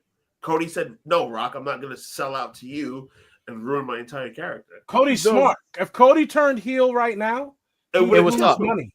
He has to turn heel at the end of the year. No, he doesn't. No, listen to me. If Cody ends up turning heel at the end of the year, literally over the bitterness of him losing, it would actually make him a bitter. You were telling an adult story that no child cares about. Cody Rhodes is a superhero. Cody Rhodes will be champion before Royal Rumble. You're not a child. Children love Cody. Every child in the world was rooting for Cody. Children, not on Sunday. They booed him. They booed that man. No, they booed him. Adults booed that man. Adults booed him. You had a bunch of 40-years-olds in Vegas. A bunch of views. Who's the number one selling merchandise right now? There was a bunch of jobs in Vegas. Who's number one? Who is the number one merchandise seller right now? Jey Uso. It keeps going from Jey to Cody. Cody. Exactly. Now it's going to stick with Jey. You know why? Because people trading in there, wow, for a Yeet. Yes, let this man cook. He is not cooking. He's being a not cooking. You want me to be honest here? You want me to be honest? Just said the merchandise goes back. They had more people chanting for Jey Uso this weekend with that entire arena yeeting all over the place like they lost themselves. More than that crowd was out there chanting. Please stop glazing. We're not comparing Cody and Jey Uso. You have Cena and you have Cody. Cena's whole shtick is let's go Cena. I'm not going to speak to my co-host. Well, maybe Kent, because Kent understands this much better. I'm gonna speak to y'all who understand. The most blazing person of Cody. I'm gonna speak to y'all who understand business real quick. John Cena is, of course, best for business on a farewell tour for this moment. Absolutely. Overall business goes to your top merch sellers, your top commercial getters, the top people they call for the spot. If that means that, you know who else is next? Yeah, Logan Paul. No, he's already failed wrestling wise. Logan Paul has failed to make that title. Not Logan Paul. Whatever his name is. I don't even know his name. The guy. He has failed to make that title important in any way. He failed. So that's a failed experiment. Washed. Hands washed. Kids can love him all they want, like R-Truth. He'll become a comedy parody in a year. I'm done with LA Knight. Congratulations, you played yourself. As far as Cody goes, he's either 1 or 2 in every market at all times, which is why he will not turn heel like John Cena can. He's wrestled for 30 years. He could turn heel and sacrifice that face check. Sacrifice that check you get for being in all the commercials and being the number one. He can sacrifice that. Cody's not at a place to sacrifice that. Cody's going to be face as long as he can be face. Or until Daddy Jared tells him to go. Jared, you are a gentleman and a scholar. You spoke it very well. Get that Rhodes Scholar shit out of here. You ain't Damian Sandow. I'm just saying. Because The Rock is giving into the business and telling everybody, oh, you're going to get a heel Cody. But very soon. Wait. You're not getting one very soon. You're not. I promise you, you're not getting one very soon. Wait. I got one better for y'all. Because we're talking about how The Rock is basically breaking the business up, right? Hey, All-Star, I was told that apparently you, Dan, and Enforcer got real pissed off about this. So let's talk about this. WWE Unreal. Oh, yeah, we coming this summer. Yeah, we hate this. I hate this. Me, Dan, and Enforcer did a live reaction to this on Monday, and it was my first time joining. The guys enjoyed it. Dan, Enforcer, thanks for having me. I wish I was there. I didn't know. My bad. I absolutely hate this. Like, we already know too much of the behind the scenes about wrestling. Yeah. We live in an internet day and age. We can find this information. I don't need them to then hand it to me on a platter. Like, that's disgusting. I will never watch this. You got Tony Khan sitting over there with a damn notebook now going. I agree with Star. Like, let's hold a little bit of kayfabe. Yeah. A little bit. Nah, fuck that. Because I know people that are kayfabe warriors who still sitting up there and act like they can't cheer for a person talking about, stupid stuff like, all gimmicks and alignments and associations to the side and shit. Yeah, I'm talking about a certain somebody. Fuck you. But that's besides the point. When it comes to this right here, I'm just going to talk about this real quick. So the things that I did notice, and it's not in this picture, but the things that I did notice is once they started going off as regards to the planning and everything, we got to see some of the matches that was actually supposed to be set up for Mania 41. Oh, I think I have that. I actually have it as well. But I know for a fact that Rey Mysterio was supposed to go against somebody else, and he was supposed to have a tag partner with him. It's crazy. Hold on one second. So anyway, while you're looking for that, here's the thing: Rock is screwing. Rock's trying to make everyone think that he's in charge, which to a point he is, but he's also giving away too much stuff. He's taking credit for stuff. The Rock is ruining storylines. The Rock wait. All right. So I got it real quick. With a position. So WWE Championship would have been Cody Rhodes versus John Cena. Yeah. Then the next match would have been, as we already know, Roman Reigns versus CM Punk versus Seth Rollins. It was Gunther, CM Punk, and Seth Rollins for the world title. Exactly. And then Rhea versus Bianca Belair. No, but see, that's the thing. I saw that post and everybody was like, "Oh, that card would have been better." My point is, I should have never known what the first idea. Y6 versus Judgment Day. Tag Charlotte and Becky. Wait, Charlotte and Becky versus Io and Asuka. Yeah. Bad Bunny versus Dominic Mysterio. Braun Breaker versus Drew McIntyre. Rey Mysterio versus Chad. Like, it's. Joe says, I agree. I understand we know things, but what does this leave wrestling? Some things need to be kept behind. I agree with that. I don't think any real wrestling fan, especially a child, should even have knowledge of this. Like, you want to keep a bit of the mystique to it. That's what made it special to us as kids. So just pulling the curtain on everything is annoying. I hope It's the show gets crazy. canceled. Yeah, but who's leaking it? It's I'm gonna give it a thumbs down every time I go on Netflix. See, the crazy thing is, and this is funny to me because we talked about it last Thursday, as far as like Triple H's comments towards people who have problems with this and yada yada, and those are people that be on the podcast and whatever. Okay, that's cool and dandy. Here's my thing though: you kind of expose yourself. Now, the one thing that I've seen go around now, and I didn't want to have this conversation, but it's a conversation that I found that needs to be brought up because it was very weird to me. Now, I don't have the picture, and I'm not going to put the picture up, but you guys can see it right somewhere there in the middle. And in that picture, it's been floating around, and literally the words were, if you notice, in this like vicinity of writers, you know what I'm saying, and everything, there's not one person of color, and there's not one woman there. There is no representation from either one. There's no person of color and there's no woman there. Now, I've been told by multiple people that apparently there are two light-skinned brothers that are in the writing room or whatever the case may be. I don't know that. I don't know who they are. I never seen them. You said that's who they are. I've been told multiple different people who was sitting next to Triple H at the time or whoever that was in the far left side in the back or whatever. That's nice and dandy and cool. There's no women in there. Now, I had people literally brought this up like, oh, why are you guys talking about this? You guys aren't going to stop watching. Here's my response to stuff like this. Okay. And this is, I might put myself in the big box for this real quick. Go for it. But why are we talking about this? I think I want to know too. Hold on. So my whole thing is when people be like, oh, well, you're not going to stop watching.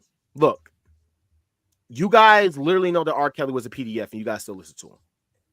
I know for a fact that you guys know that Velveteen Dream should have never been sending Ayo pics to little children, but you guys still support him, right? I know people that literally know that Rey Mysterio killed the man in the ring, but y'all still yelling out 619. So at the end of the damn day, stop with the whole blanket statement of you're going to still watch. Yes, people are going to still watch. That doesn't put this company that you guys put this big entity and shit above having questions asked. It's an issue to some people. Yes, we want to know, like, why isn't there any person of color in the writer's room? Why isn't there any women in there? By God, we know this company has been doing multiple stereotypes throughout the entire time of us being fans of this company. Can I ask a question? Because the NFL didn't have female referees for years. The public wasn't. We know that. But the public didn't say anything. The NFL did. The people, the players. Like, why do we talk more than the wrestlers? If there's a problem with diversity in those offices, let the wrestlers do it. I think that's my point. Like, I love that. If there aren't female GMs and there are no female NFL owners, like there are part owners, Serena and them partly own different things. Like that just happened. We didn't care before it happened. Like, why do we do this with wrestling? Like, let the wrestlers fix their own business. If they're not speaking out, why do we have to speak out? Let for them fix their own business. Because we're not going to stop watching. That person is right. And you're right by saying I don't have to stop watching. So why are we talking about it? The wrestlers will fix their business. The same way there's in a players association in the NBA, a players association in any professional sport. They fix their business. If there is something wrong with diversity, let them fix it. We're not going to fix anything. It's not our job to fix it. They're not fixing it either. But it's the fact is because of conversations like this literally need to happen. Like, I just don't understand it. And this is like you said, I'm not wrong. I just want to ask the question. It's that simple. Why is there no person of color or why is there no women in the writer's room? I mean, I have never heard of a woman even wanting to write wrestling, period. I've never heard of any. Wait a minute. Hold up, Dan. Stephanie McMahon used to write the writing room. She was the leader writer of creative. The other person was the black person that they brought in, but they basically fired her because she got Bobby Lashley's name wrong and didn't know anything about wrestling. Well, then she should have known. She should have knew stuff about wrestling. It goes along. But that's when they was hiring people from Hollywood. I've never heard a woman. I have never heard a woman speak out and say WWE won't hire me to write. I've never heard a woman speak out, and they spoke out about everything. I've never heard it. So why are we? Why are the public? Why does it become an issue for us? It's not. It's their company. It's their business. I will. I'll tell you a quick story. Try to make it brief. So I went to Sacred Heart University, played football there. My writing teacher, flag football interview. No, I played actual football in college. Anyway, My writing teacher, she's my writing coach, helped me write papers in college. Took an interview at WWE, and her thing was they're trying to hire women, but a lot of women don't want to work there. I think Josh because they're not fans. Yeah, I think me and Ja will have this conversation off camera, but I think we should stop this conversation because Ja knows full well that sometimes women are fans of wrestling, but not too maybe into it as you would think or hope they would be. So with that said, great point, Kent. Why are we defending this point? Why can't we have this conversation? Because it's not a conversation, Ja. Because it's not our conversation. Because to Kent's point, and once again, we'll have it off camera, he makes a valid point. Fine, we'll have the conversation off camera because apparently I'm not allowed to ask these questions. So we're going to move on. You know what I'm saying? Still want to know why the hell there ain't no damn person of color and no woman in the damn freaking rights room. You need to tell me mad people in all these groups. There'd be mad shit. God damn it. We're gonna talk about there'd be mad people in all these groups.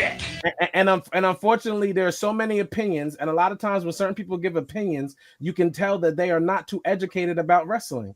And as the popularity of wrestling has picked up and the demographic has expanded to women in a different way, because women in the 90s, it was all sexuality. They came to lift their shirts. They were there to look at the half-naked men. Now women are getting more into wrestling because there are female wrestlers, but then they tend to be into whatever it is they're into, not the history of wrestling, not the going and bouts of wrestling. That's very few, far and in between. So you're fighting for people who aren't fighting for themselves. It's still my point. Let them fight. Let me hear somebody be angry that they didn't get hired in the writing room, and then we could talk about it. Yeah, because I did say I'm not going to do that anymore. Once they care about it more, we should care about it more. Thank you. Well, we will never know if they care about it or not because, well, we won't get into it. All right. But we are going to move on for what else happened in Mania weekend because it's crazy. We're going on an hour and a half talking about Mania because WWE is trying to remove any trace of WrestleMania's roast. As they should. Nia Jax burnt the hell out of Cody Rhodes. Have you guys seen this roast they're talking about? Yes. And Sami Zayn is also hilarious. Yes. I need a link to this roast. I need to see it. You're not going to find it. The only thing you will end up finding is literally clips. I didn't see Sami Zayn's thing. I didn't see anything. All I heard about was Nia Jax, who literally went on and said that Cody, like she violated. She's like, you know what? Throughout the years I've been here, I've seen a lot of people come and go, including me. But you know what? The biggest comeback story we're going to get to is Cody Rhodes. Am I right? Yes. Cody said he didn't want to live in his father's shadow. So then he painted it gold, made it into a shrine, slapped a neck tattoo on it, and he sold it for merch. He didn't just finish the story. He's just been carrying on the Netflix series that we can't fucking stand. To be honest, though, Cody Rhodes reminds me of a slimy politician. Damn. She literally said that. No, she's not done. That motherfucker would gag on a hairy nutsack if it means he would get a push. Let's do it. And in all honesty, Cody, you're no Roman Reigns, Cody. They only call you when Roman is doing something more interesting. Now, I'm going to be... Listen, look. This goes back. That's crazy. It just goes back into what we talked about earlier. Tell me when Nia Jax is telling lies at this point, bro. I want to be very clear that while Nia may have been involved on this Friday Night SmackDown and put into the title picture, that she has just put herself on punishment. Because once again, this is about business, and she doesn't bring in half of the money Cody Rhodes bring in. Also, exactly. Who are you talking about? Also, Nia. Congratulations on having what is definitely known as one of the greatest comebacks in the modern day. Like, you came back crazy, but beforehand you were known for a joke about a butthole. Also, Nia, you were known by Dan to be the worst wrestler in the world because all you did was hurt people. Also, Nia, how you gonna roast somebody else when you're the easiest person to roast? Of course you lost weight. Ozempic is popular, Nia. So what are we talking about? What the fuck you say about my girl?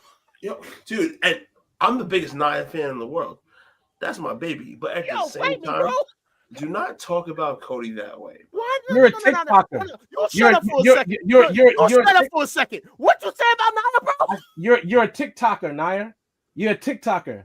You talk about your cousin Roman, but you've never been in a bloodline story ever. We feel like Naomi.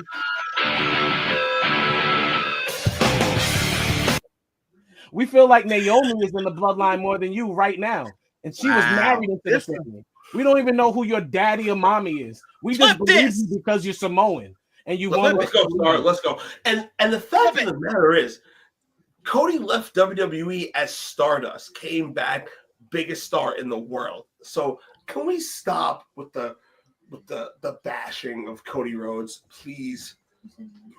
It's kind of outrageous right now. My man just main evented 3 Manias.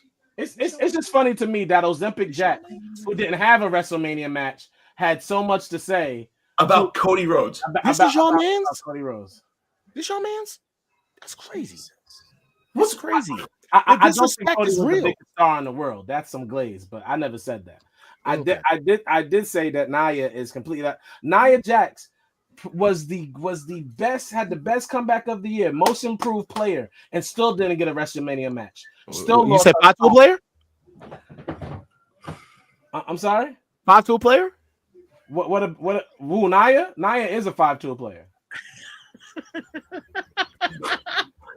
We're making baseball references? No. A 5-tool player means you're good at everything. Well, I mean, I don't know if she got a nappy dugout. My bad. I'm not gonna do this. I'm not gonna do this. Y'all, you know what? This so is 5-tool player. I went back to baseball. I'm totally off what you guys. Yeah, I mean, the references are all there, but don't think it's baseball. So this is where it got. So Nia Jax also reportedly told Charlotte to go F herself and to go home and worry about her 3 ex-husbands. Oh, Nia Jax is trying to be future endeavored. It's cool. Yes. She still owns her social medias. I get it. The remarks were made at Mania Rose, and Nia said, "Nobody wants you here." You know what? I take it back. Stop talking about Charlotte. Nia Jax is a nepotism baby. She thinks because her cousin is on the board, she can say what she wants and not get fired. So now she is now the nepotism queen, and now I know why I'm feeling how I'm feeling about Nia Jax. So The Rock's daughter can't wrestle, still gets a position, still gets to stay in the company, still gets TV time, and now Nia Jax feels like she can say whatever she wants, and she's still gonna get TV time, but couldn't get a WrestleMania match.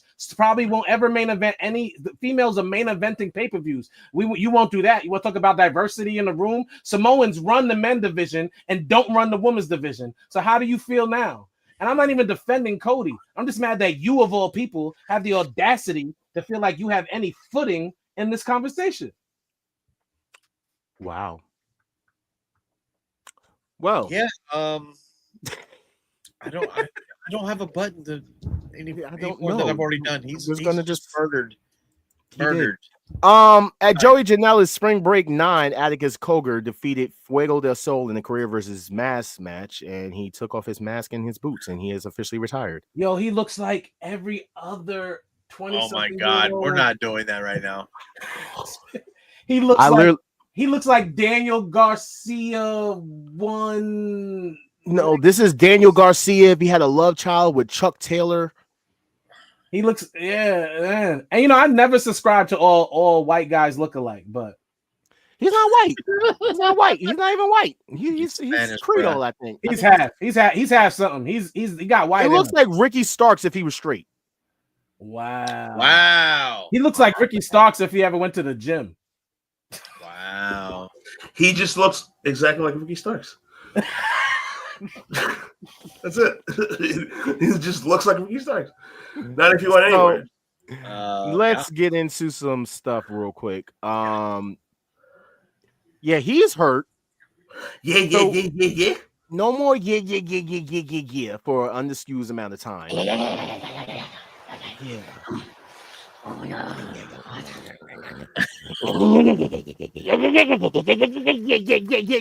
Yeah, he's gone, bro. He's gonna be gone. His brother's gone. I just want to say, I don't think Bloodline 2.0 is dead. I don't think we take into account injuries when we talk about divisions either in wrestling, though. with WWE, like Loa was already hurt. Now he's hurt. That's another tag team. Like, dude, Bronson Reed. Bronson Reed was having the push of a lifetime. By the way, Bronson versus Jacob Fatu is coming to be. I'm gonna murder that man. I'm a murder that man. I'm a murder Jacob.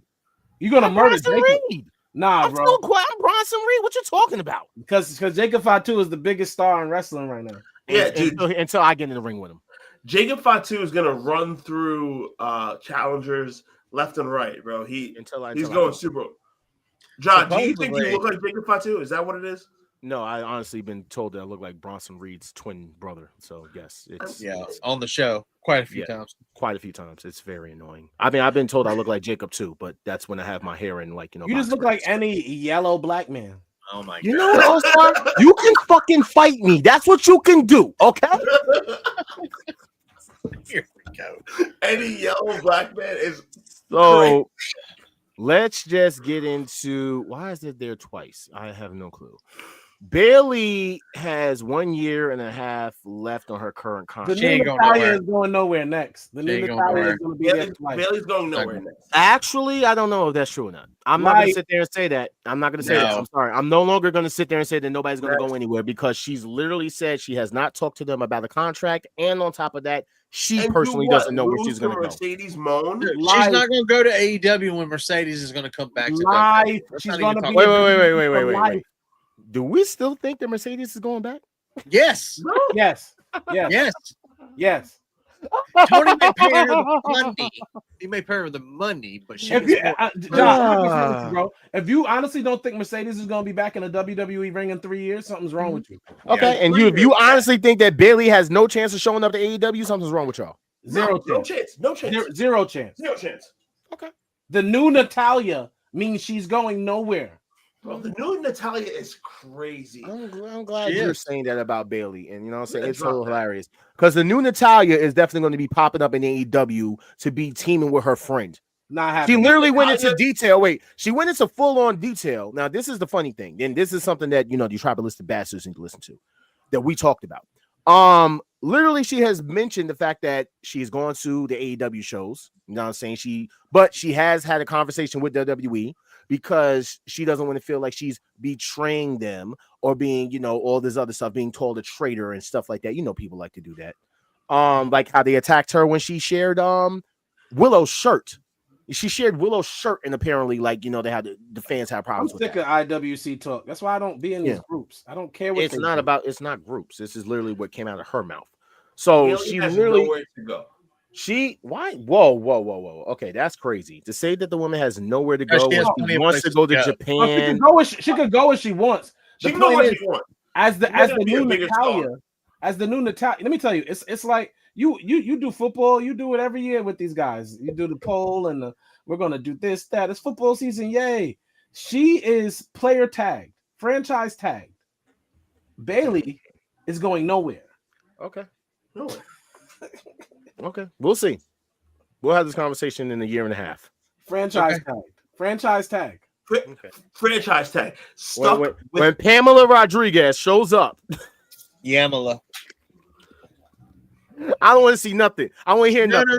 You want to know why? She'll be in a mask. Oh, no, she won't. You want to know why? I'm going to tell y'all right now.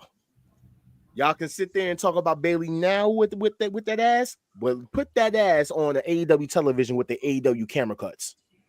And she's going to be taking losses to fucking Mercedes all day. She's not going anywhere. Oh, because apparently that's all people do with Mercedes, right? Yeah, since we're going to have the Mercedes, the Mercedes hate tag team, Dark Star is back in the building, right? So that's what we're doing. Mercedes buries talent. What are we talking about? Mercedes, you're full of shit. Let's talk about it. Mercedes doesn't bury talent. She hasn't lost one time in AEW. Not once. She lost literally in a tag match. In a tag match? Shut up. In a tag match. Wait. She lost the title as soon as she had got it because of an injury. She's literally elevating the women that you probably don't even get to see that much on television. Toni Storm is the popular female. Toni Storm is the most popular female. However, Toni Storm is only working with a certain amount of people. Your love for Mercedes is absolutely insane. Insane. You dragged her through the mud for a year and a half. And it's back. She looks like an iPhone. She can't. I can do that. That's what I'm gonna do. I'm able to kick him off real quick. You know what I'm saying? So I can get this out. So These are all things you said. No one has ever hated Mercedes over here. Okay, let me tell you the truth.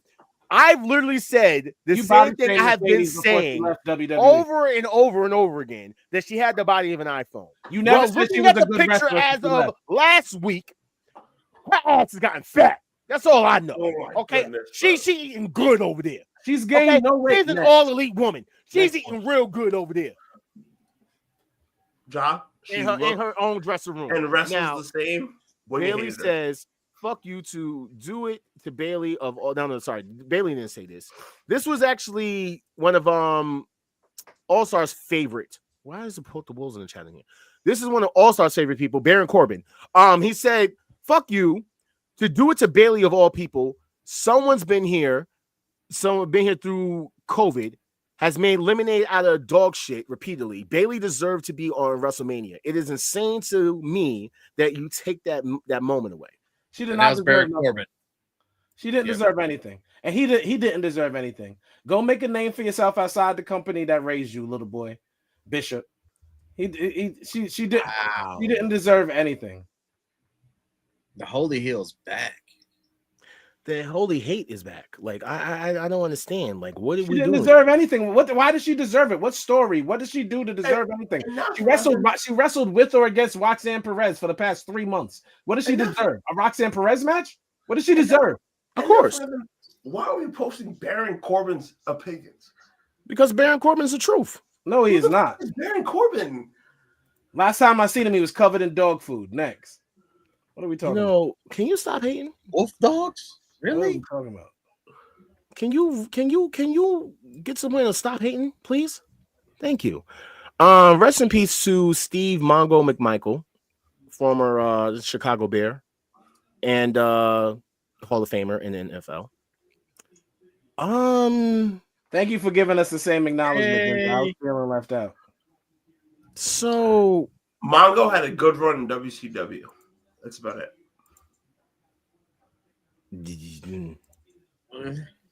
You really about to talk about the dead man like that? No, I'm just saying, wrestling wise, he had a good run in WCW. Mongo is a legend. We all know who he is. That means he was a Horseman. Good run. No, the Horseman run wasn't good. Wow. Yeah. Rest in peace to a legend. R.I.P. Man, legend. A legend. He's a legend football player. Yeah, great. Exactly. Don't He's start an amazing football player. Don't start your shit. Don't start your shit. All right, Don't start your shit. He wasn't a legend in WCW. Why are we doing that? He was a legendary football player. Correct. That ended up being a wrestler. Exactly. I'm not talking about the dead guy. No, it's just the truth. It doesn't matter. I'm not talking about the dead guy. You were a great football player. He wrestled. You were a great football player, and then you came to wrestling and got in the Four Horsemen. And got your money, and you were in the Horsemen. R.I.P. Bro. Rest in peace to a great legend of football. Yes. Of everything. Of football. Oh my God. Not a legendary wrestler. Of football. Legendary wrestler. Yes. Of football. I'm not dealing with y'all haters. Come on, we're almost there. Wait, what did he say? He was a Horseman, yeah. Like the second or third iteration, yeah. He was a third. He was a good horseman. It was the third iteration. He was a horseman. He had one move. It's like it's not a discredit to him. Rest in peace to a man we saw on our wrestling screens, but who made a living as a football player and was great at football. Wow. And he was in the Horsemen. It was him, Benoit, Flair, and Arn. Shout out to the GOAT Benoit. Yeah. One of the GOATs, hands down. Wait, Benoit? Yeah. I'm not going to play this song. No. Why not?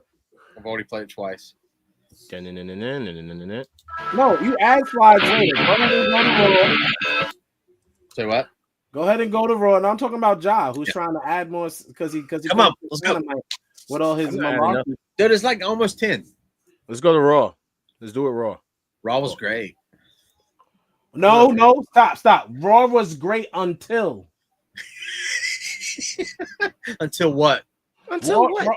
Raw was great until they decided to waste 40 minutes on Gunther attacking Pat McAfee. Oh, yeah. We'll get to that. So good until that happened. Okay, you're full of shit, but let's get into it. So this moment right here was great. Dan, we were watching Raw, and it was 45 minutes of them going over how he should have never touched him. I hope he's okay. Why did he do that to Pat? Is Pat okay? Oh, as announcers, we deserve the right to say our opinion. Oh, my opinion. Oh, Pat. Oh, my opinion. Trash. Not great. Trash. I mean, he's not wrong. Anyway, so like I was saying, this was great right here. This was Randy coming out of nowhere, giving Cena the RKO. This was great. He also talked about that he's ending the lineage. So apparently the undisputed title has been officially been retired. It's done. It's not. It's not yet. When his contract it's listed on the web. No, it's listed on the website. Is it the Universal title is retired? Yes, that's what I meant. The Universal title is now officially retired. But he said when he retires, he's taking the lineage of the whole championship lineage with him. Yeah, Universal. That's a whole new championship. He's killing wrestling. Remember, and let me tell everybody who understands business and storytelling. I know earlier I was trolling. Randy Orton is going to lose, and this is not a spoiler. I'm sorry to tell you. Randy Orton's going to lose to John, and then ultimately Cody will beat John Cena to keep the title in WWE. No. Yes. Y'all are wilding if you don't think that's what's going to happen. Yeah, come on now. Orton's losing to Cena. And honestly, how do we feel about Orton versus Cena in 2025? I love it. I love it. If it's his last run. If you want me to be honest here, this right here was more impactful than anything Cody Rhodes has done in his entire freaking years as champion. Now you're hating. Now you're glazing. See how Cody had nothing to do with the truth to that, though. There is some truth to that. No, Cody had no good feuds. His storylines were trash. Cody versus Owens was trash? No. That was the only feud. No, listen. I said the feuds, the matches. Cody had good matches. The AJ Styles match, the Kevin Owens match. We're not going to hate. I'm not going to hate. But I'm not going to glaze either. He did not have the storylines and the moments to make him feel like the man. His matches were good. I'm not knocking those. But as far as the rest of the builds, other than this John Cena one, they were mid to bad. The Owens build was great. Not great. Owens was doing that to everybody. He did it to Sammy. He was Randy. He was beating up everybody. Not great. Yeah.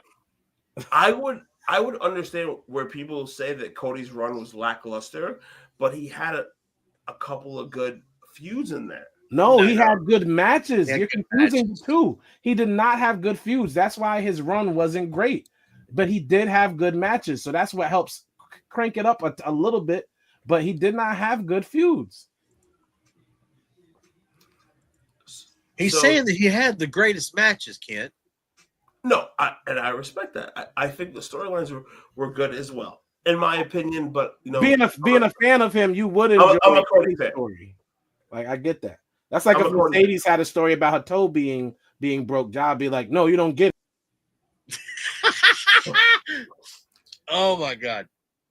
So we have Orton versus Cena in 2025.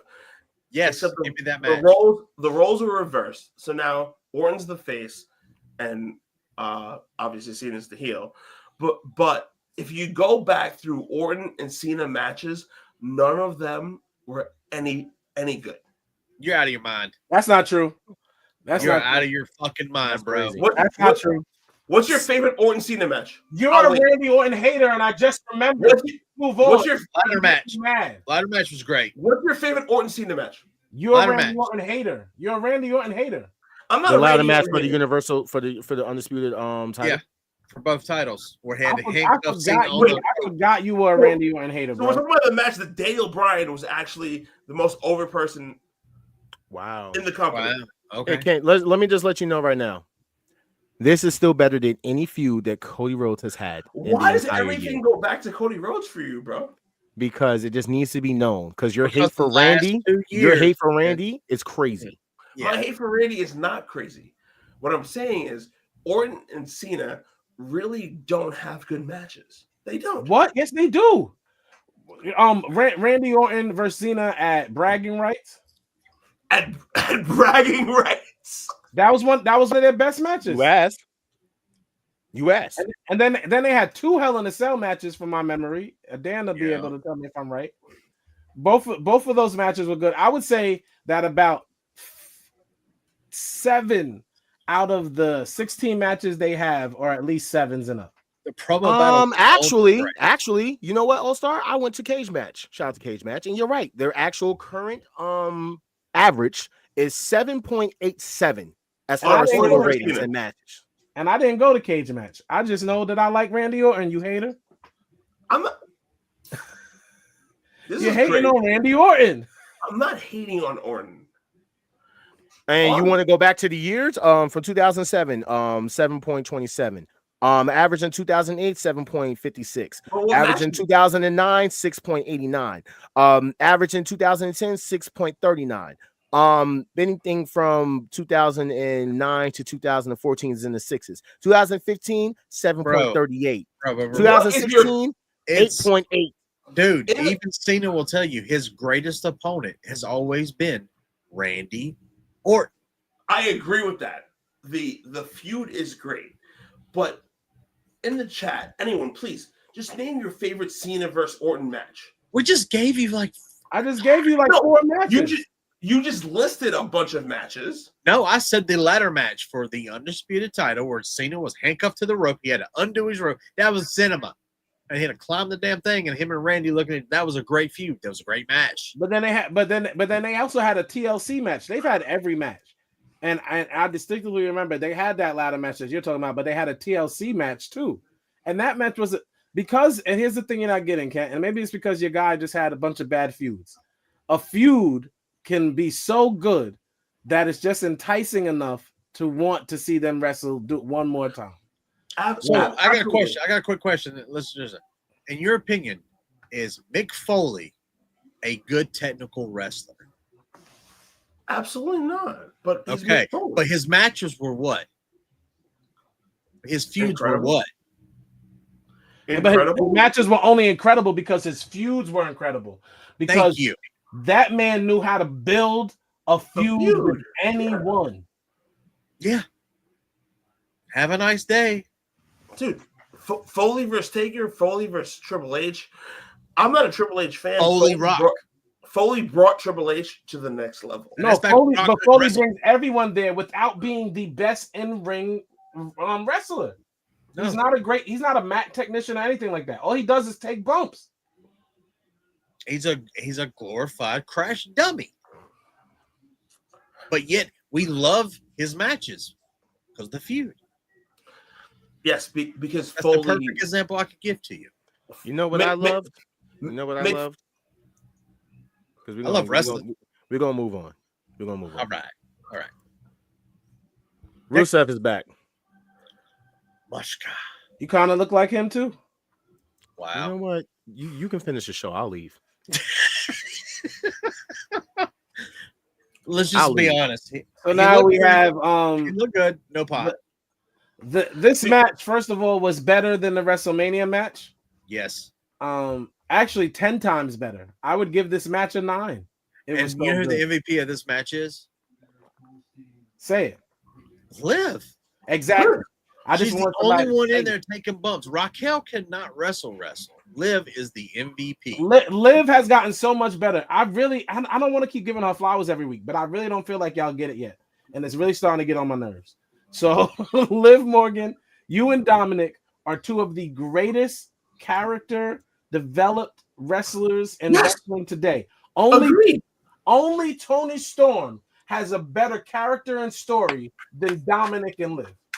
Completely agreed. Liv Morgan has stepped her game up over the past year. The fact that they're doing Shawn and Diesel with her and Raquel is great. You know, she's getting Raquel over. She's not getting Raquel over. Here's the reason why. Raquel can't get over because she's boring. You're boring. But But Raquel is boring. But Raquel looks perfect with Liv because Liv just sees a big girl there. That could be any big girl. Literally, who Raquel is could be anybody. Put Lash Legend there. It could have been Nia Jax. Girl there. It could be any girl. Who cares if it doesn't have to be Raquel? Liv is the star. Liv was the MVP. This match was a 9, and guess what the split was? A 0. Because Becky, you're boring. You're stupid. I don't like you. That was dumb. Agreed. This was fire. I want to see everybody wrestle everybody. Are we serious? I'm mad they messed up the match because the match was about to be a 10. But I want to see everybody. We were watching this match in live, and I told you there's no way in hell they're gonna make either one of these girls look bad. No one's Dan, you have to admit it was close to a clean finish, though. It felt like they were going to do it. It was. It felt like they were going to do it. Dirk, it was good. I want to see everybody wrestle everybody. I think WWE's on its way to having one of the greatest women divisions of all time, hands down, period. We're getting for sure. We're getting the women's pay-per-view back this year. I want to see all of them wrestle. Hater. I want to see all of them wrestle. He removed himself. I don't care if you remove yourself. Next match, we got Jey Uso. Jey Uso celebration with everybody except Roman Reigns. Roman Reigns didn't come out to help him, so why would you come out and help Roman? That's all I'm saying. Everybody thought Sammy was going to turn. Me and the guys sat there, thought Sammy was going to turn the whole time. Yeah. Oh, no way, dude. Sammy. No, the entire world looked at it the same way as we did. Sammy had that look. He had that Randy Orton look at the belt. He did. Yo. Oh, for those of y'all still in the comments rocking with us, y'all thought Sammy was going to turn, right? Everybody thought Sammy was going to turn. Then Gunther comes out, and the beginning of this was fine. Gunther attacks Michael Cole. Here comes his friend to save him. Pat McAfee comes, hits Gunther. Get off my boy. Bang. That's what I would do for Ja. Like, let somebody grab Ja, but I'm coming from. Bang. Get off of him. And then Gunther yanks him up and chokes him out. And it took him a while. Pat McAfee lasted longer than Jay. CM Punk did in a UFC fight. Yeah, like Pat McAfee didn't. It took him a while. It took him a while to pass out. Now, after he passed out, here lies the problem. He got up. The remainder of Raw, all they talked about was Gunther choking out Pat McAfee. During Dom's match, all I heard was, I hope Pat is okay. Shouldn't nobody be attacked for their opinion. I beat up Ja for his opinion every Thursday. I don't So, McCaffrey, like getting up rather quickly, was the thing that kind of bothered me. It's like, dude, if Gunther puts you in a chokehold, you should be choked the fuck out, right? You're Pat McCaffrey. You're a commentator. I think this was a waste of a segment. This was them just drawing out the time before Roman Reigns and them could get to the building. Well, if they want to do a Gunther versus McCaffrey match at SummerSlam, he's building for it. Even on his podcast, he said stuff about it today.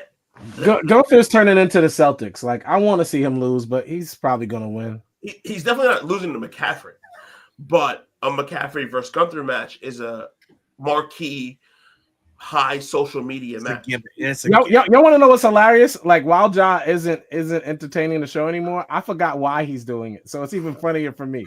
I 100% forgot why he's not talking. It said so. As a part of the complaining after Pat got attacked, Michael Cole said, "We can't let bullies prevent us from doing our jobs. LeBron James isn't attacking Stephen A. Smith when he makes comments about LeBron, but he is attacking him when he makes comments about Bronny. So shut your mouth." No. I got one better for you. Let me just sit there and say this. I find it funny because right after all that happened, the same thing you're talking about with this whole bullshit about them constantly talking about Pat getting attacked and then them coming up to Michael and yada yada, saying like, I'm not gonna let bullies stop me from doing my job. Bro, let's not forget when Heidenreich kidnapped your ass and took you to the back and had you up against the wall and raped you. I don't even know if that's PG. You sat there and you cried And that man sat there and SA'd you and sat there when he was done and read you a poem. Are you ready, Michael? Because I'm going to give it to you, Michael. That's literally what it was said to you as you just sat there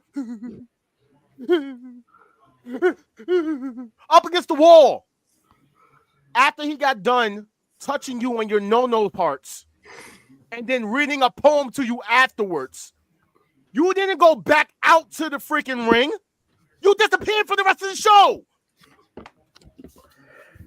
So Like don't sit there and have that energy now for Gunther. I agree. I don't believe you, bro. You literally got attacked by a blonde-headed man. Thrown up against the wall like a woman. Is it just something about that part of the world they think they grape everybody? In the gulag or some shit? Well, Michael Cole definitely got, right up the anyway. You heard about the Spartan Army, right? Oh God. So then Dom came out and had a great match if they weren't complaining about Pat McCaffrey being attacked by Gunther the whole time. Yeah. One, because JD McDonough, aka JD Bobblehead, came back. Correct. And helped Dom, which makes it feel like he's going to leave Finn too. That Finn is going to be the odd man out. Finn is going to be all by himself very soon. All by himself, Finn. Hopefully he's the demon for Backlash. That'd be great. Yeah. I mean, if you think about it like this, you turn Finn face, right? And then you have a big feud with Dom and Finn. Dom obviously goes over, but we get Finn's old entrance back. Might get the demon back for SummerSlam. Dom Finn SummerSlam sounds like a good match. This was cinema. I fucking loved it. Every minute of it. I loved Paul Heyman having a yellow tie and a yellow handkerchief. I loved the fact that Bron Breakker has a better spear than my tribal chief Roman Reigns, and I can't lie about it. We popped. Bron Breakker has the best spear in the. Bron Breakker has the best spear in the game. Yes, he does. Ever. Yes, absolutely does. Nobody hits the ropes like Bron Breakker. I'm not doing this. No one. No one. Breakker hits the best spear, and with Heyman behind Breakker, dude, sky's the limit. Do we have the rumor that they're adding Austin Theory in here? There we go. I don't want to talk about that. I am going to sit here and say that this is literally what it looks like. This is them. Them. Yeah. Seth is the Joker. Paul Heyman is the Penguin, and Bron Breakker is Bane. So who is Austin Theory going to be? No, Paul. You see up there? That's Poison Ivy. That's who's that? Either Becky. Oh yeah, we know that's Becky. But who is Austin Theory going to be? I do believe he's going to join this group. The Riddler face. That's a good one. That's a good one. Yeah. You know what I'm saying? I don't mind. Hey, listen. I don't mind this. Wait. Before you even go into that, can we just talk about it real quick? What you naming them? I don't have a name for this team because I've seen some weird names pop up. Don't they have a name? I saw the Chosen. Don't they have a name? He said something twice in the thing. It's been 30 years. The Dangerous Alliance. Yeah, the old WCW name. I agree. Dangerous Alliance. That's it. Nah, Legion of Doom. Definitely not Legion of Doom. Hell no. Heck no. It has to be the Dangerous Alliance. No one cares about that. Bye-bye, bitch. Shield 2.0. Dangerous Alliance is fire. I think it's going to be something different, though. Hopefully, it's just not something stupid like what Adam Cole calls his new group. I still call them Undisputed and not the idiot name that they gave. Bro, do you? Okay, so you don't remember they was going by the Paragon before they changed their name to United Kingdom? Yeah, that's before they actually became popular and people knew. But corny faction names are what wrestling is right now. The Dangerous Alliance is a corny name. What? Paragon is trash. It's a corny name. The Dangerous Alliance would be a corny name, just like Paragon. There. The Dangerous Alliance could be a fire name. What are you talking about? That's like them saying they're going to be called the Four Horsemen. So this is what people are predicting to be Backlash. Y'all agree or no? No. Drew is not going to be with Jey.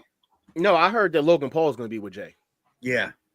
It's either going to No be way. Logan No way. or Rusev, just to throw him somebody they think could beat him. But yeah, other than that, yeah, this sounds about right.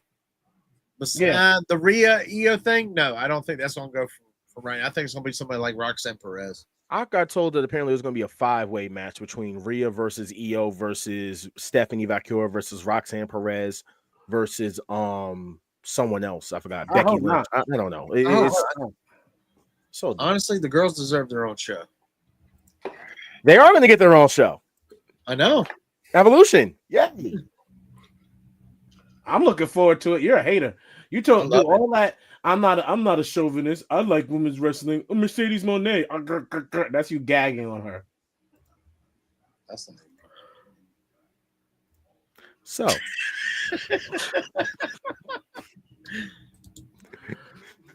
Wow. All right. Next, dude, it's like 10. Come on. yeah, I know. Do you guys know? That's just NXT. Liv and Raquel won because what was the purpose? I guess. I mean, it's fine. Ricky He's Starks right here. challenged. I'm sorry, Ricky Starks got challenged for his title. For the Heritage Cup and the winner takes all. But then he had a match, and guess who basically accepted the freaking challenge? Noam Dar is back, and he won the freaking thing from Heritage Cup. Yeah. He won it from after he lost it over the weekend from a magic trick. Yeah. Yeah. We're good. With that being said, let's get into this. Say his name and he appears. Joe Hendry is back on NXT. He called Trick a whiny bitch. Fact. And yeah.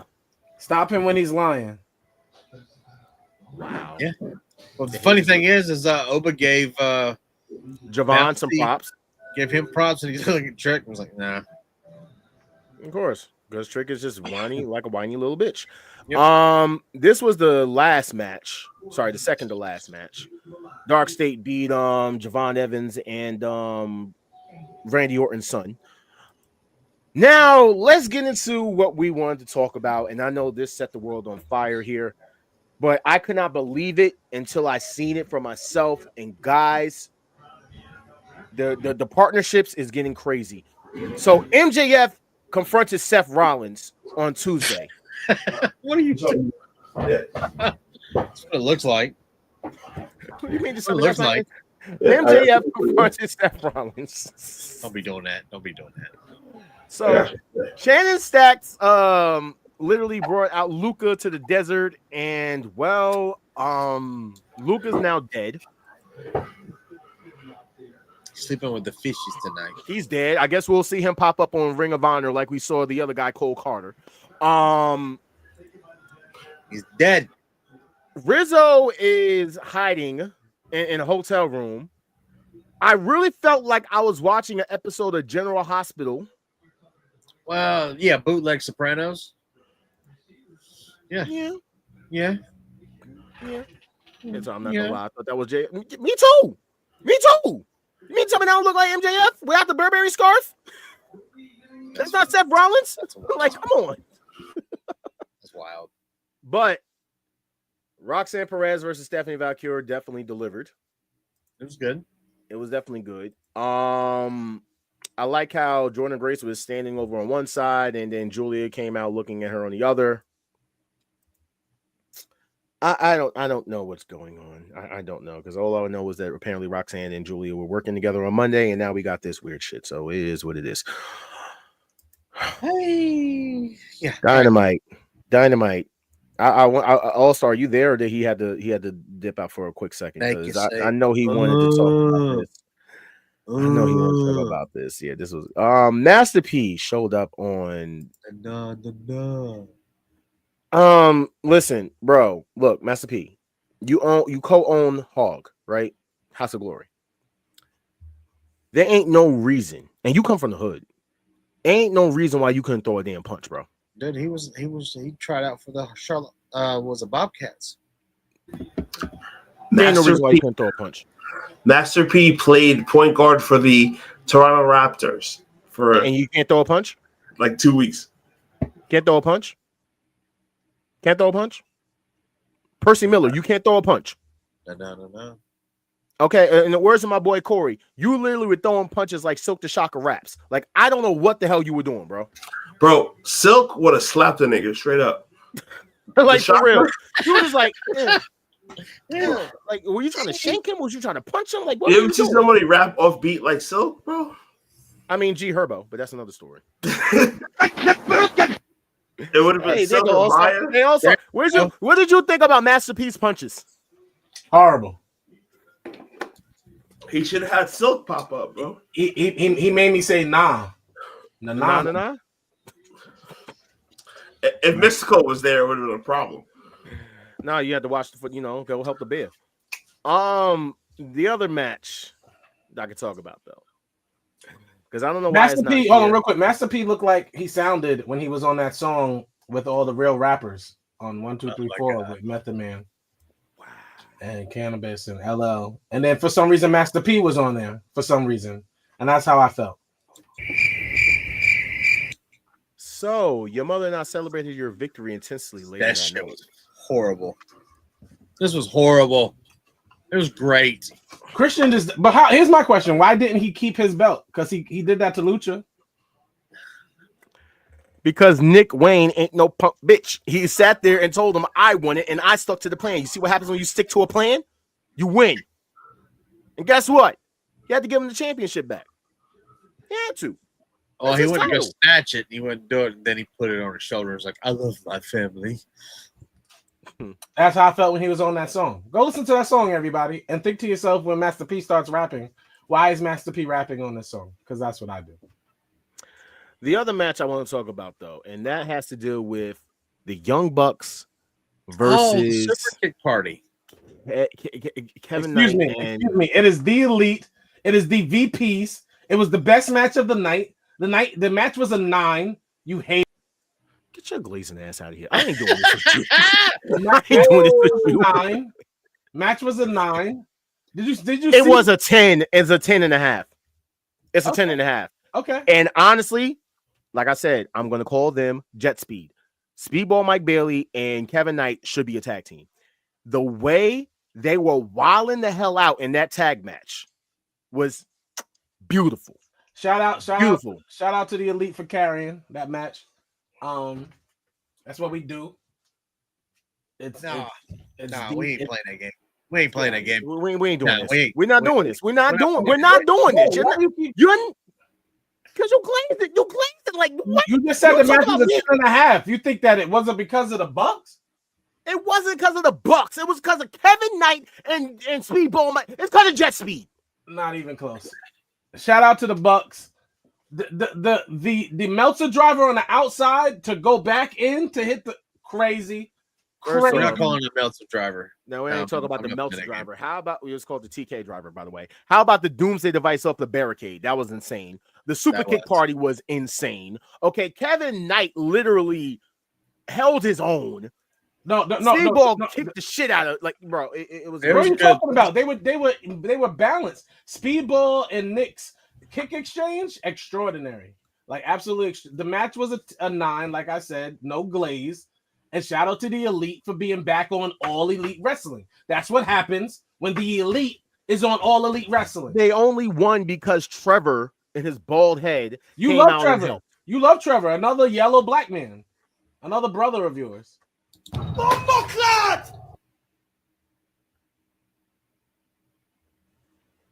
Y'all finish the show. I'm about to pull up on All Star.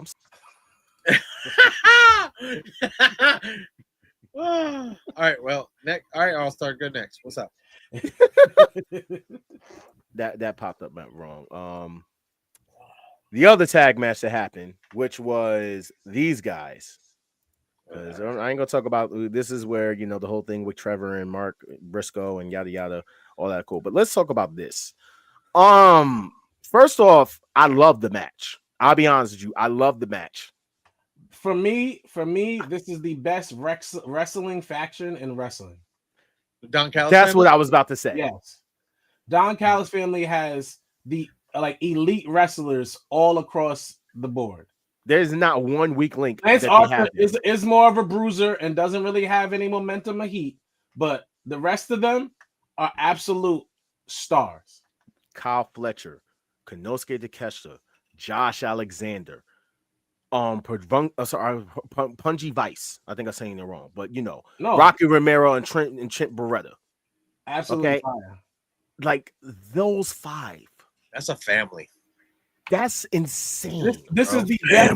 As far as wrestling goes, this is the best version of the Don Callis family. I didn't even say Lance Archer's name because I just wanted to leave him out. Just to let you know, there's 6 people. Okay, Don Callis is literally their Eric Bischoff, and his family is the NWO right now. Yeah, that's what they. And I'm not mad at it. I'm not mad at it. Don Callis and the Limp Dick family. What the? What? You called them the what? How are you going to talk about Josh Alexander and y'all got the same hair? What are you hating on them for? Oh, the Knicks must be losing again. Next. Oh, that's right. Yeah, that makes sense. Next. And let's just go to the last match. See, they're losing. Oh, no. Well, this girl's getting over it. We got this segment. All of them are. Hold on. Let's stop. Will Ospreay's brother, Kyle Fletcher, is over. I want to be very clear that man is over. Konosuke Takeshita is over. I want to be very clear. You just say his name? Listen. We don't say it right any week, so don't come at me just because. Konosuke Takeshita. No, you still didn't say it right. He is right. He is over. Those 2 men are over. And if you're a wrestling fan, you know who everyone else is. And you have to respect Josh Alexander. If you don't respect Josh Alexander, you are not a wrestling fan. Can we stop bringing the Rock and Roll Express out? Alexander is respected. Good. But can we not kill these people on live TV? Wait. All right. So we're done talking about them. We're going to talk about FTR and Stokely. Stokely's back. I love it. Are we talking about I love that. And he's with them. This is he's with FTR. This meant nothing. This meant nothing. Like, you think not? Nothing. I have a good distinctive feeling that I think that the Pinnacle are going to get back together. Yeah. Okay. If I can't get Dynasty how I want, we're going to get the Pinnacle back together. You want MJF to be part of the Hurt Business? If Wardlow's back, I mean, apparently he got taken off of a card so that, for the Senior Citizen Battle Royal, you know what I'm saying? And he's supposed to be going to WWE, even though people don't realize that was Wardlord. You need somebody who's going to be able to fight Bobby, and I don't think none of them can. So MJF can fight Bobby. No, he can't. Why not? Bobby in real life. That's what I'm saying about AEW. Stop giving me Darby Allin matches where he beats up on Brody King. Stop hating on Darby. Why are you hating on Darby? What did Darby's not coming back. Who cares? Darby ain't coming back. We haven't heard from him in a week. He's in a mountain. Wow. And then watch. Y'all gonna tell me he did as much as I'm not gonna say that. Salute the 4 horsemen. But realistically, who is Darby Allin beating in an actual fight? Like, don't make me believe that Darby Allin MJF in a fight or beat Lashley. MJF is from Long Island. I want to let him beat me in a fight. He's not beating Bobby Lashley in a fight. So, speaking of Bobby Lashley in this segment here, they took his car. He stole his car, and that was racist. Yeah. Tony Khan, listen, you're gonna have a black man steal a Jewish man's car or extort him out of his car.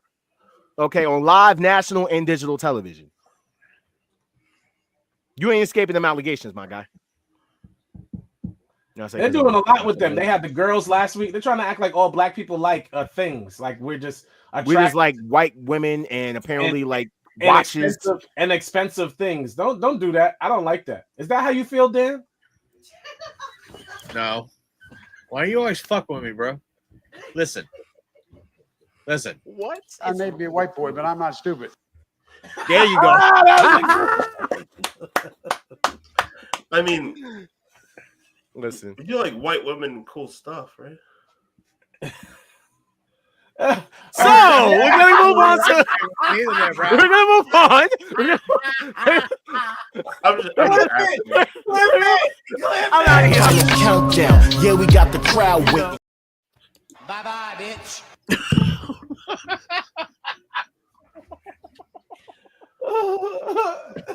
Talk about it. Let's end the show. This motherfucker think he MG. Let's talk about it. Oh my god. Oh my god. All right. So the last match of the night, which was Chris Statlander versus Jamie Hayter. And I'm just going to sit here and say this. After the last, like the two matches back to back, which was the tag matches, were fire bangers. This one was a little slow. It was good. It was good to an extent. I'm not glazing. I said it was good to an extent, but it wasn't the same as the tag matches. And I'll be honest with you, Kevin Knight and Speedball versus the Elite, and then you have in Konosuke and Josh Alexander versus Ospreay and his boy Brody King. And then I had to think about it. I've never seen Brody King versus Josh Alexander before, so that struck my interest. This match just didn't. They probably should have had it earlier in the night. Zempic took something from Jamie Hayter, and that's how I think she stopped taking. Wow! Don't forget to bring a towel. It took some of her aura away. But I think she's like letting herself get chubby again. You see that picture? She's like off the shot. So hopefully it brings some of her aura back. Yeah, Hayter was crushing before Ozempic. Not gonna lie. I mean, we called it Jamie Cakester for a reason. Now it's Mercedes Mo Buns. Like honestly, like oh my gosh, that's crazy. It's Mercedes Mo Buns. What you want me to say? I'm sorry. Stop it, Job. Stop it. Stop. Listen. I'm gonna behave. I'll behave. It's the truth. What you want me to say? I'm sorry. Like it's not. I'm not lying. I'm not lying at all. You think I'm lying? Y'all think I'm lying? If you're lying, you're dying. Yeah, because you're like y'all really think I'm lying. Okay, hold up. I got you. I got you. Receipts. I got it. There's Somewhere. zero receipts in this conversation. I had the receipts. Not sitting. Oh wait, never mind. I got it. Yeah, I got it. I got the receipts. You keep on talking. What did you think about you? What you guys think? You didn't like the match. Did you like the interaction? The match was bad. It was a 4. Okay, got it. The little exchange at the end when CEO came out and she was having her music played, over and over again. It kind of made Jamie look like she was pissed off. I don't know if there was a miscommunication there or whatever the case may be, but Monet said, money changes everything. So Cakester. Mercedes Mo Buns. Josh, you need to stop. Mercedes Mo Buns. Like no, I said,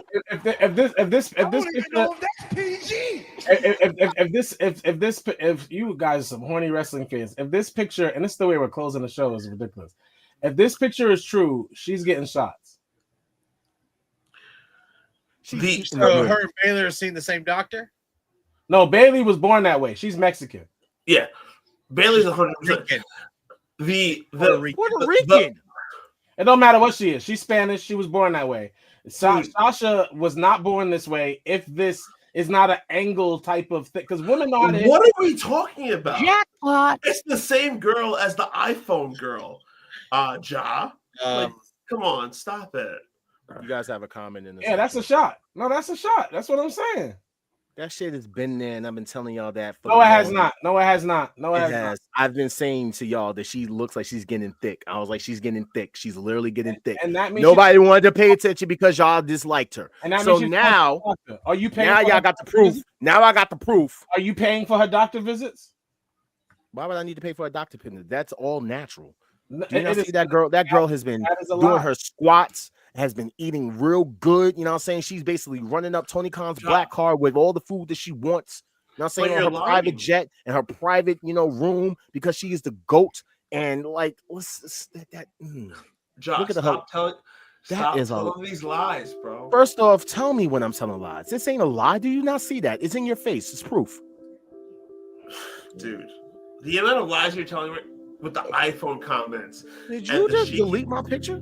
My final thoughts are simple. I want to say that salute to Rusev, who has come back to WWE, who has successfully got Lana back, and whatever jokes you have, it's his wife. Keep them to yourself. That he deserves that, and he's having a great moment. He came out, he squashed some people. He makes his top flexible wife. Yeah, everything. And lights it up the butt. And as I see Ja glazing Mercedes, I just want to congratulate Ja because he has Thank you.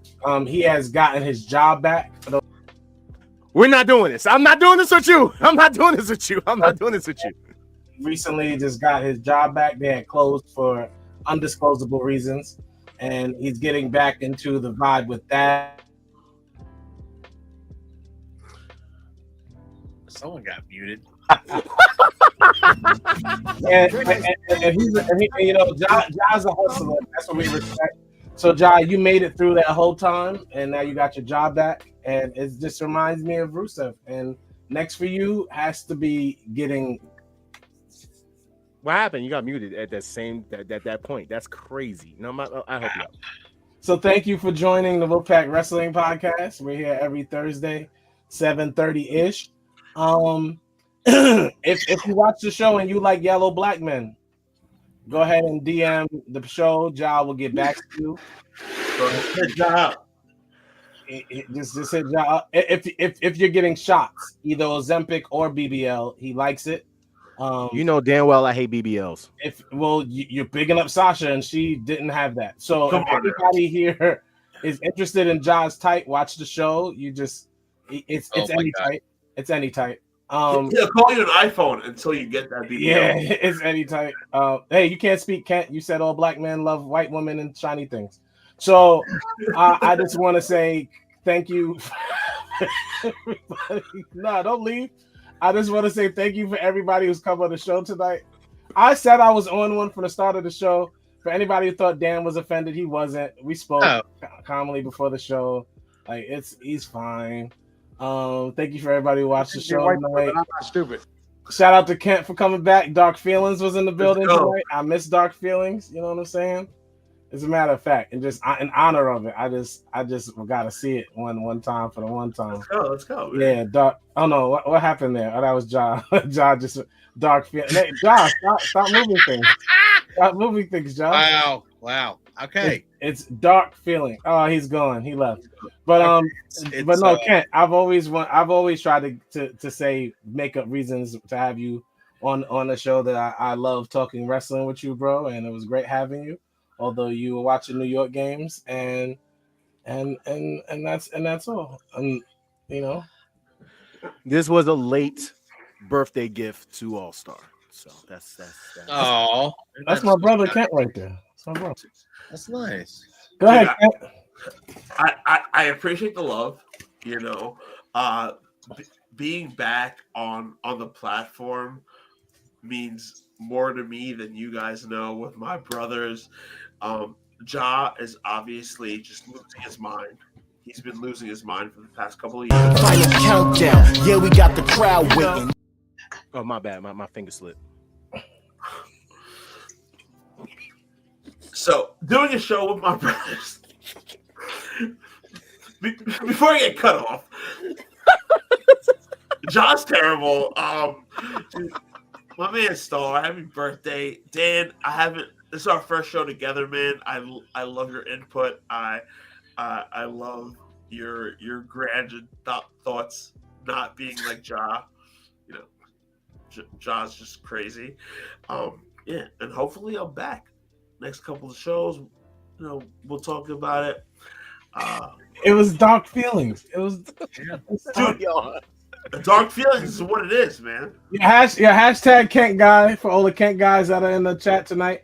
Hashtag, you know what I'm saying? I'm a Kent guy. Y'all back. Hashtag that. Yeah. If the Dark Kent guys are around, please come back. Dark Kent guys in the building. Dark Kent guys in the building. Listen, I'm trying to bring everybody back on the show. Hey, Dan, go ahead. It was a great weekend for wrestling, guys. Must be a show I ain't gonna be on. What? Nothing, just like because I know he's over there laughing his ass off right now. Because you know what? Yeah, gonna be a show I ain't gonna be on, right? Okay, just wanted to. It was a great weekend for wrestling, guys. Also, check out our content on the Wolfpack Wrestling Podcast YouTube channel. I see this, and all I gotta say is my last thought is.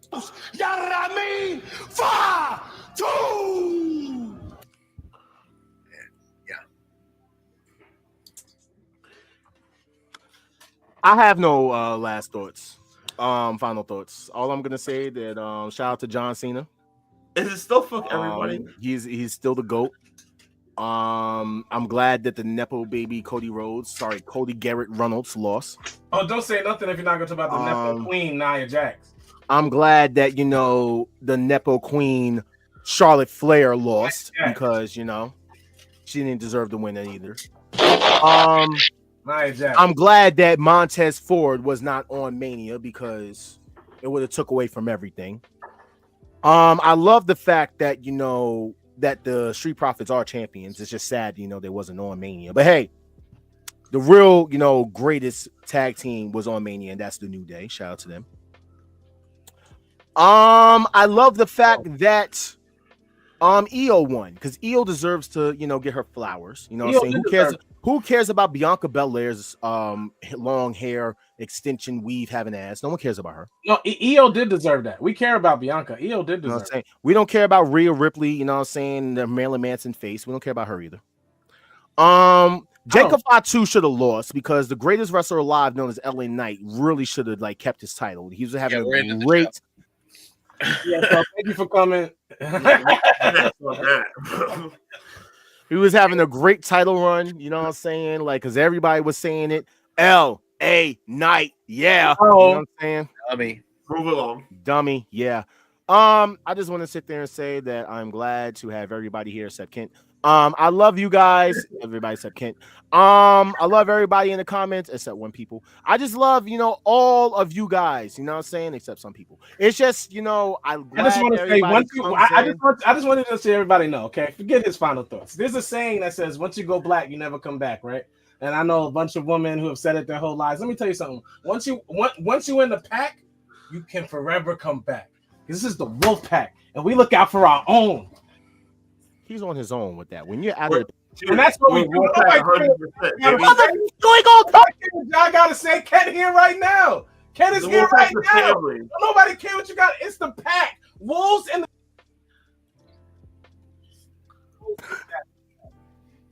Wolves all day, every day. I'm out of here. All I'm gonna sit there and say is Dark King came back for All-Star. You know what I'm saying? Make sure. I'm out of here. John trying to. What is that? There's no such thing as a lone wolf. Why did Wayne Brady just pop up in our damn screen? He did look like Wayne Brady. He did. He looks like Wayne Brady. Who also likes white women and shiny things. All right, it's been a great night. I love you guys. See you guys next week. It's Thursday. Anybody that wants to come on the show, not you. Anybody wants to come on the show, maybe. You know what I'm saying? Just hit us up. You know what I'm saying? We're gonna start doing, our fan invites again. You know what I'm saying? We got if anybody that wants to be in the comments, you know what I'm saying, and tired of just commenting on the show.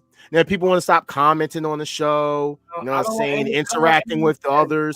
Come on the show, you know what I'm saying? You guys can come on the show, you know what I'm saying, and talk this shit. I don't want any fans. I know what y'all want to see. Y'all want to see all the pack together, and we're gonna make that happen. I don't care how nobody feels. I don't care. You better end the show before I go kayfabe, before I shoot. You better end the show before I shoot.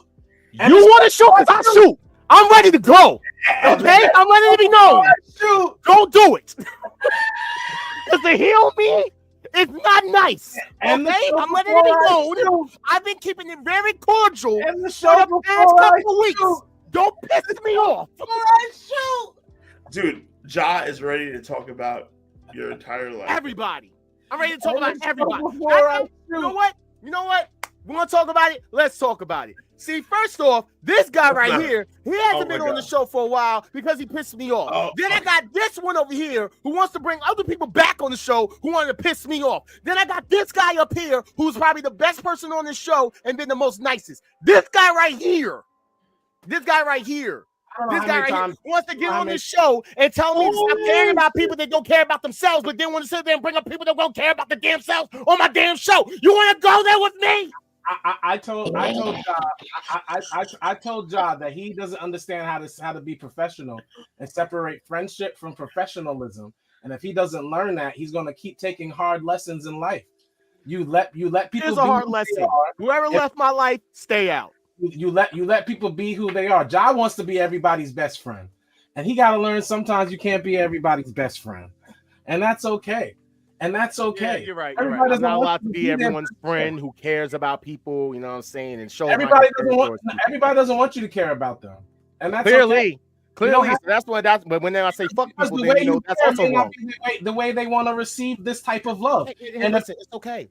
I'm not allowed to care about people, and I can't say fuck not everybody's cup of tea, John. We need to start doing an after show because we just gained like 4 more viewers. And you're not everybody's cup of tea, John. Yes, come on the show. He wanted to. Fine. Look, people don't like. I don't have to be people's cup of tea. I can be people's vodka. I could be people's favorite alcohol. That sounds like a plan. But if people don't want to drink you got to be okay with it. You got to. They like drinking other people's shit. So what is the purpose? You may not be their vice, and if you're not their vice, who cares? Like, chill out. I mean, you're right. You're right. I'm totally fine with being the bad guy. You know, I'm totally fine with the things that get painted on my face or the things that get painted on my body, the lies that get told on my name. I'm totally fine for it. No, you wanted to shoot. You want to shoot. Okay, you better end the show. This is not bad or good. You got to end the show. Not bad or good. This is not about who's bad guy, good guy. This is about maturity. Okay. I like saying maturity like that. Okay. This is about you're gonna tell me to be mature and then have other people not be freaking mature. That's all I know. It's about your response. When are you gonna let how you be because of you? When are you gonna let? I gotta be the bigger person all the time, even though just because I'm a big ass person, right? That's what you're telling me. You are a big. You are a big dude. Pause. That got nothing to do with me. But in this situation, you just got. You gotta learn. You know what I'm saying? You gotta learn, bro. All right, you're right. I'll learn to be a better friend. Ain't nothing but love over here. I will learn to be a better friend. I don't need you to be a better friend. I need you to be a better host of the show, a better creator of the show, and let the show be as great as it's supposed to be. And that's all I gotta say. Hey, listen, and whoever don't want to be friends with me and want to still come on the show, you're more than welcome to come on the show. I don't have to be friends. I'm here every week. You don't have to like me. It's totally fine. You don't have to ever talk to me again. Now, so you can come on the show and talk to all these people here without having to say my name. That's totally fine. Totally fine. You want to still keep going, or should we end this damn show? I just want to know because I'm sick and tired. Final countdown. Yeah, we got the crowd waiting. Every Thursday 7:30ish, and the show is stacked. Go and run and tell a friend we back. It's the Wolfpack.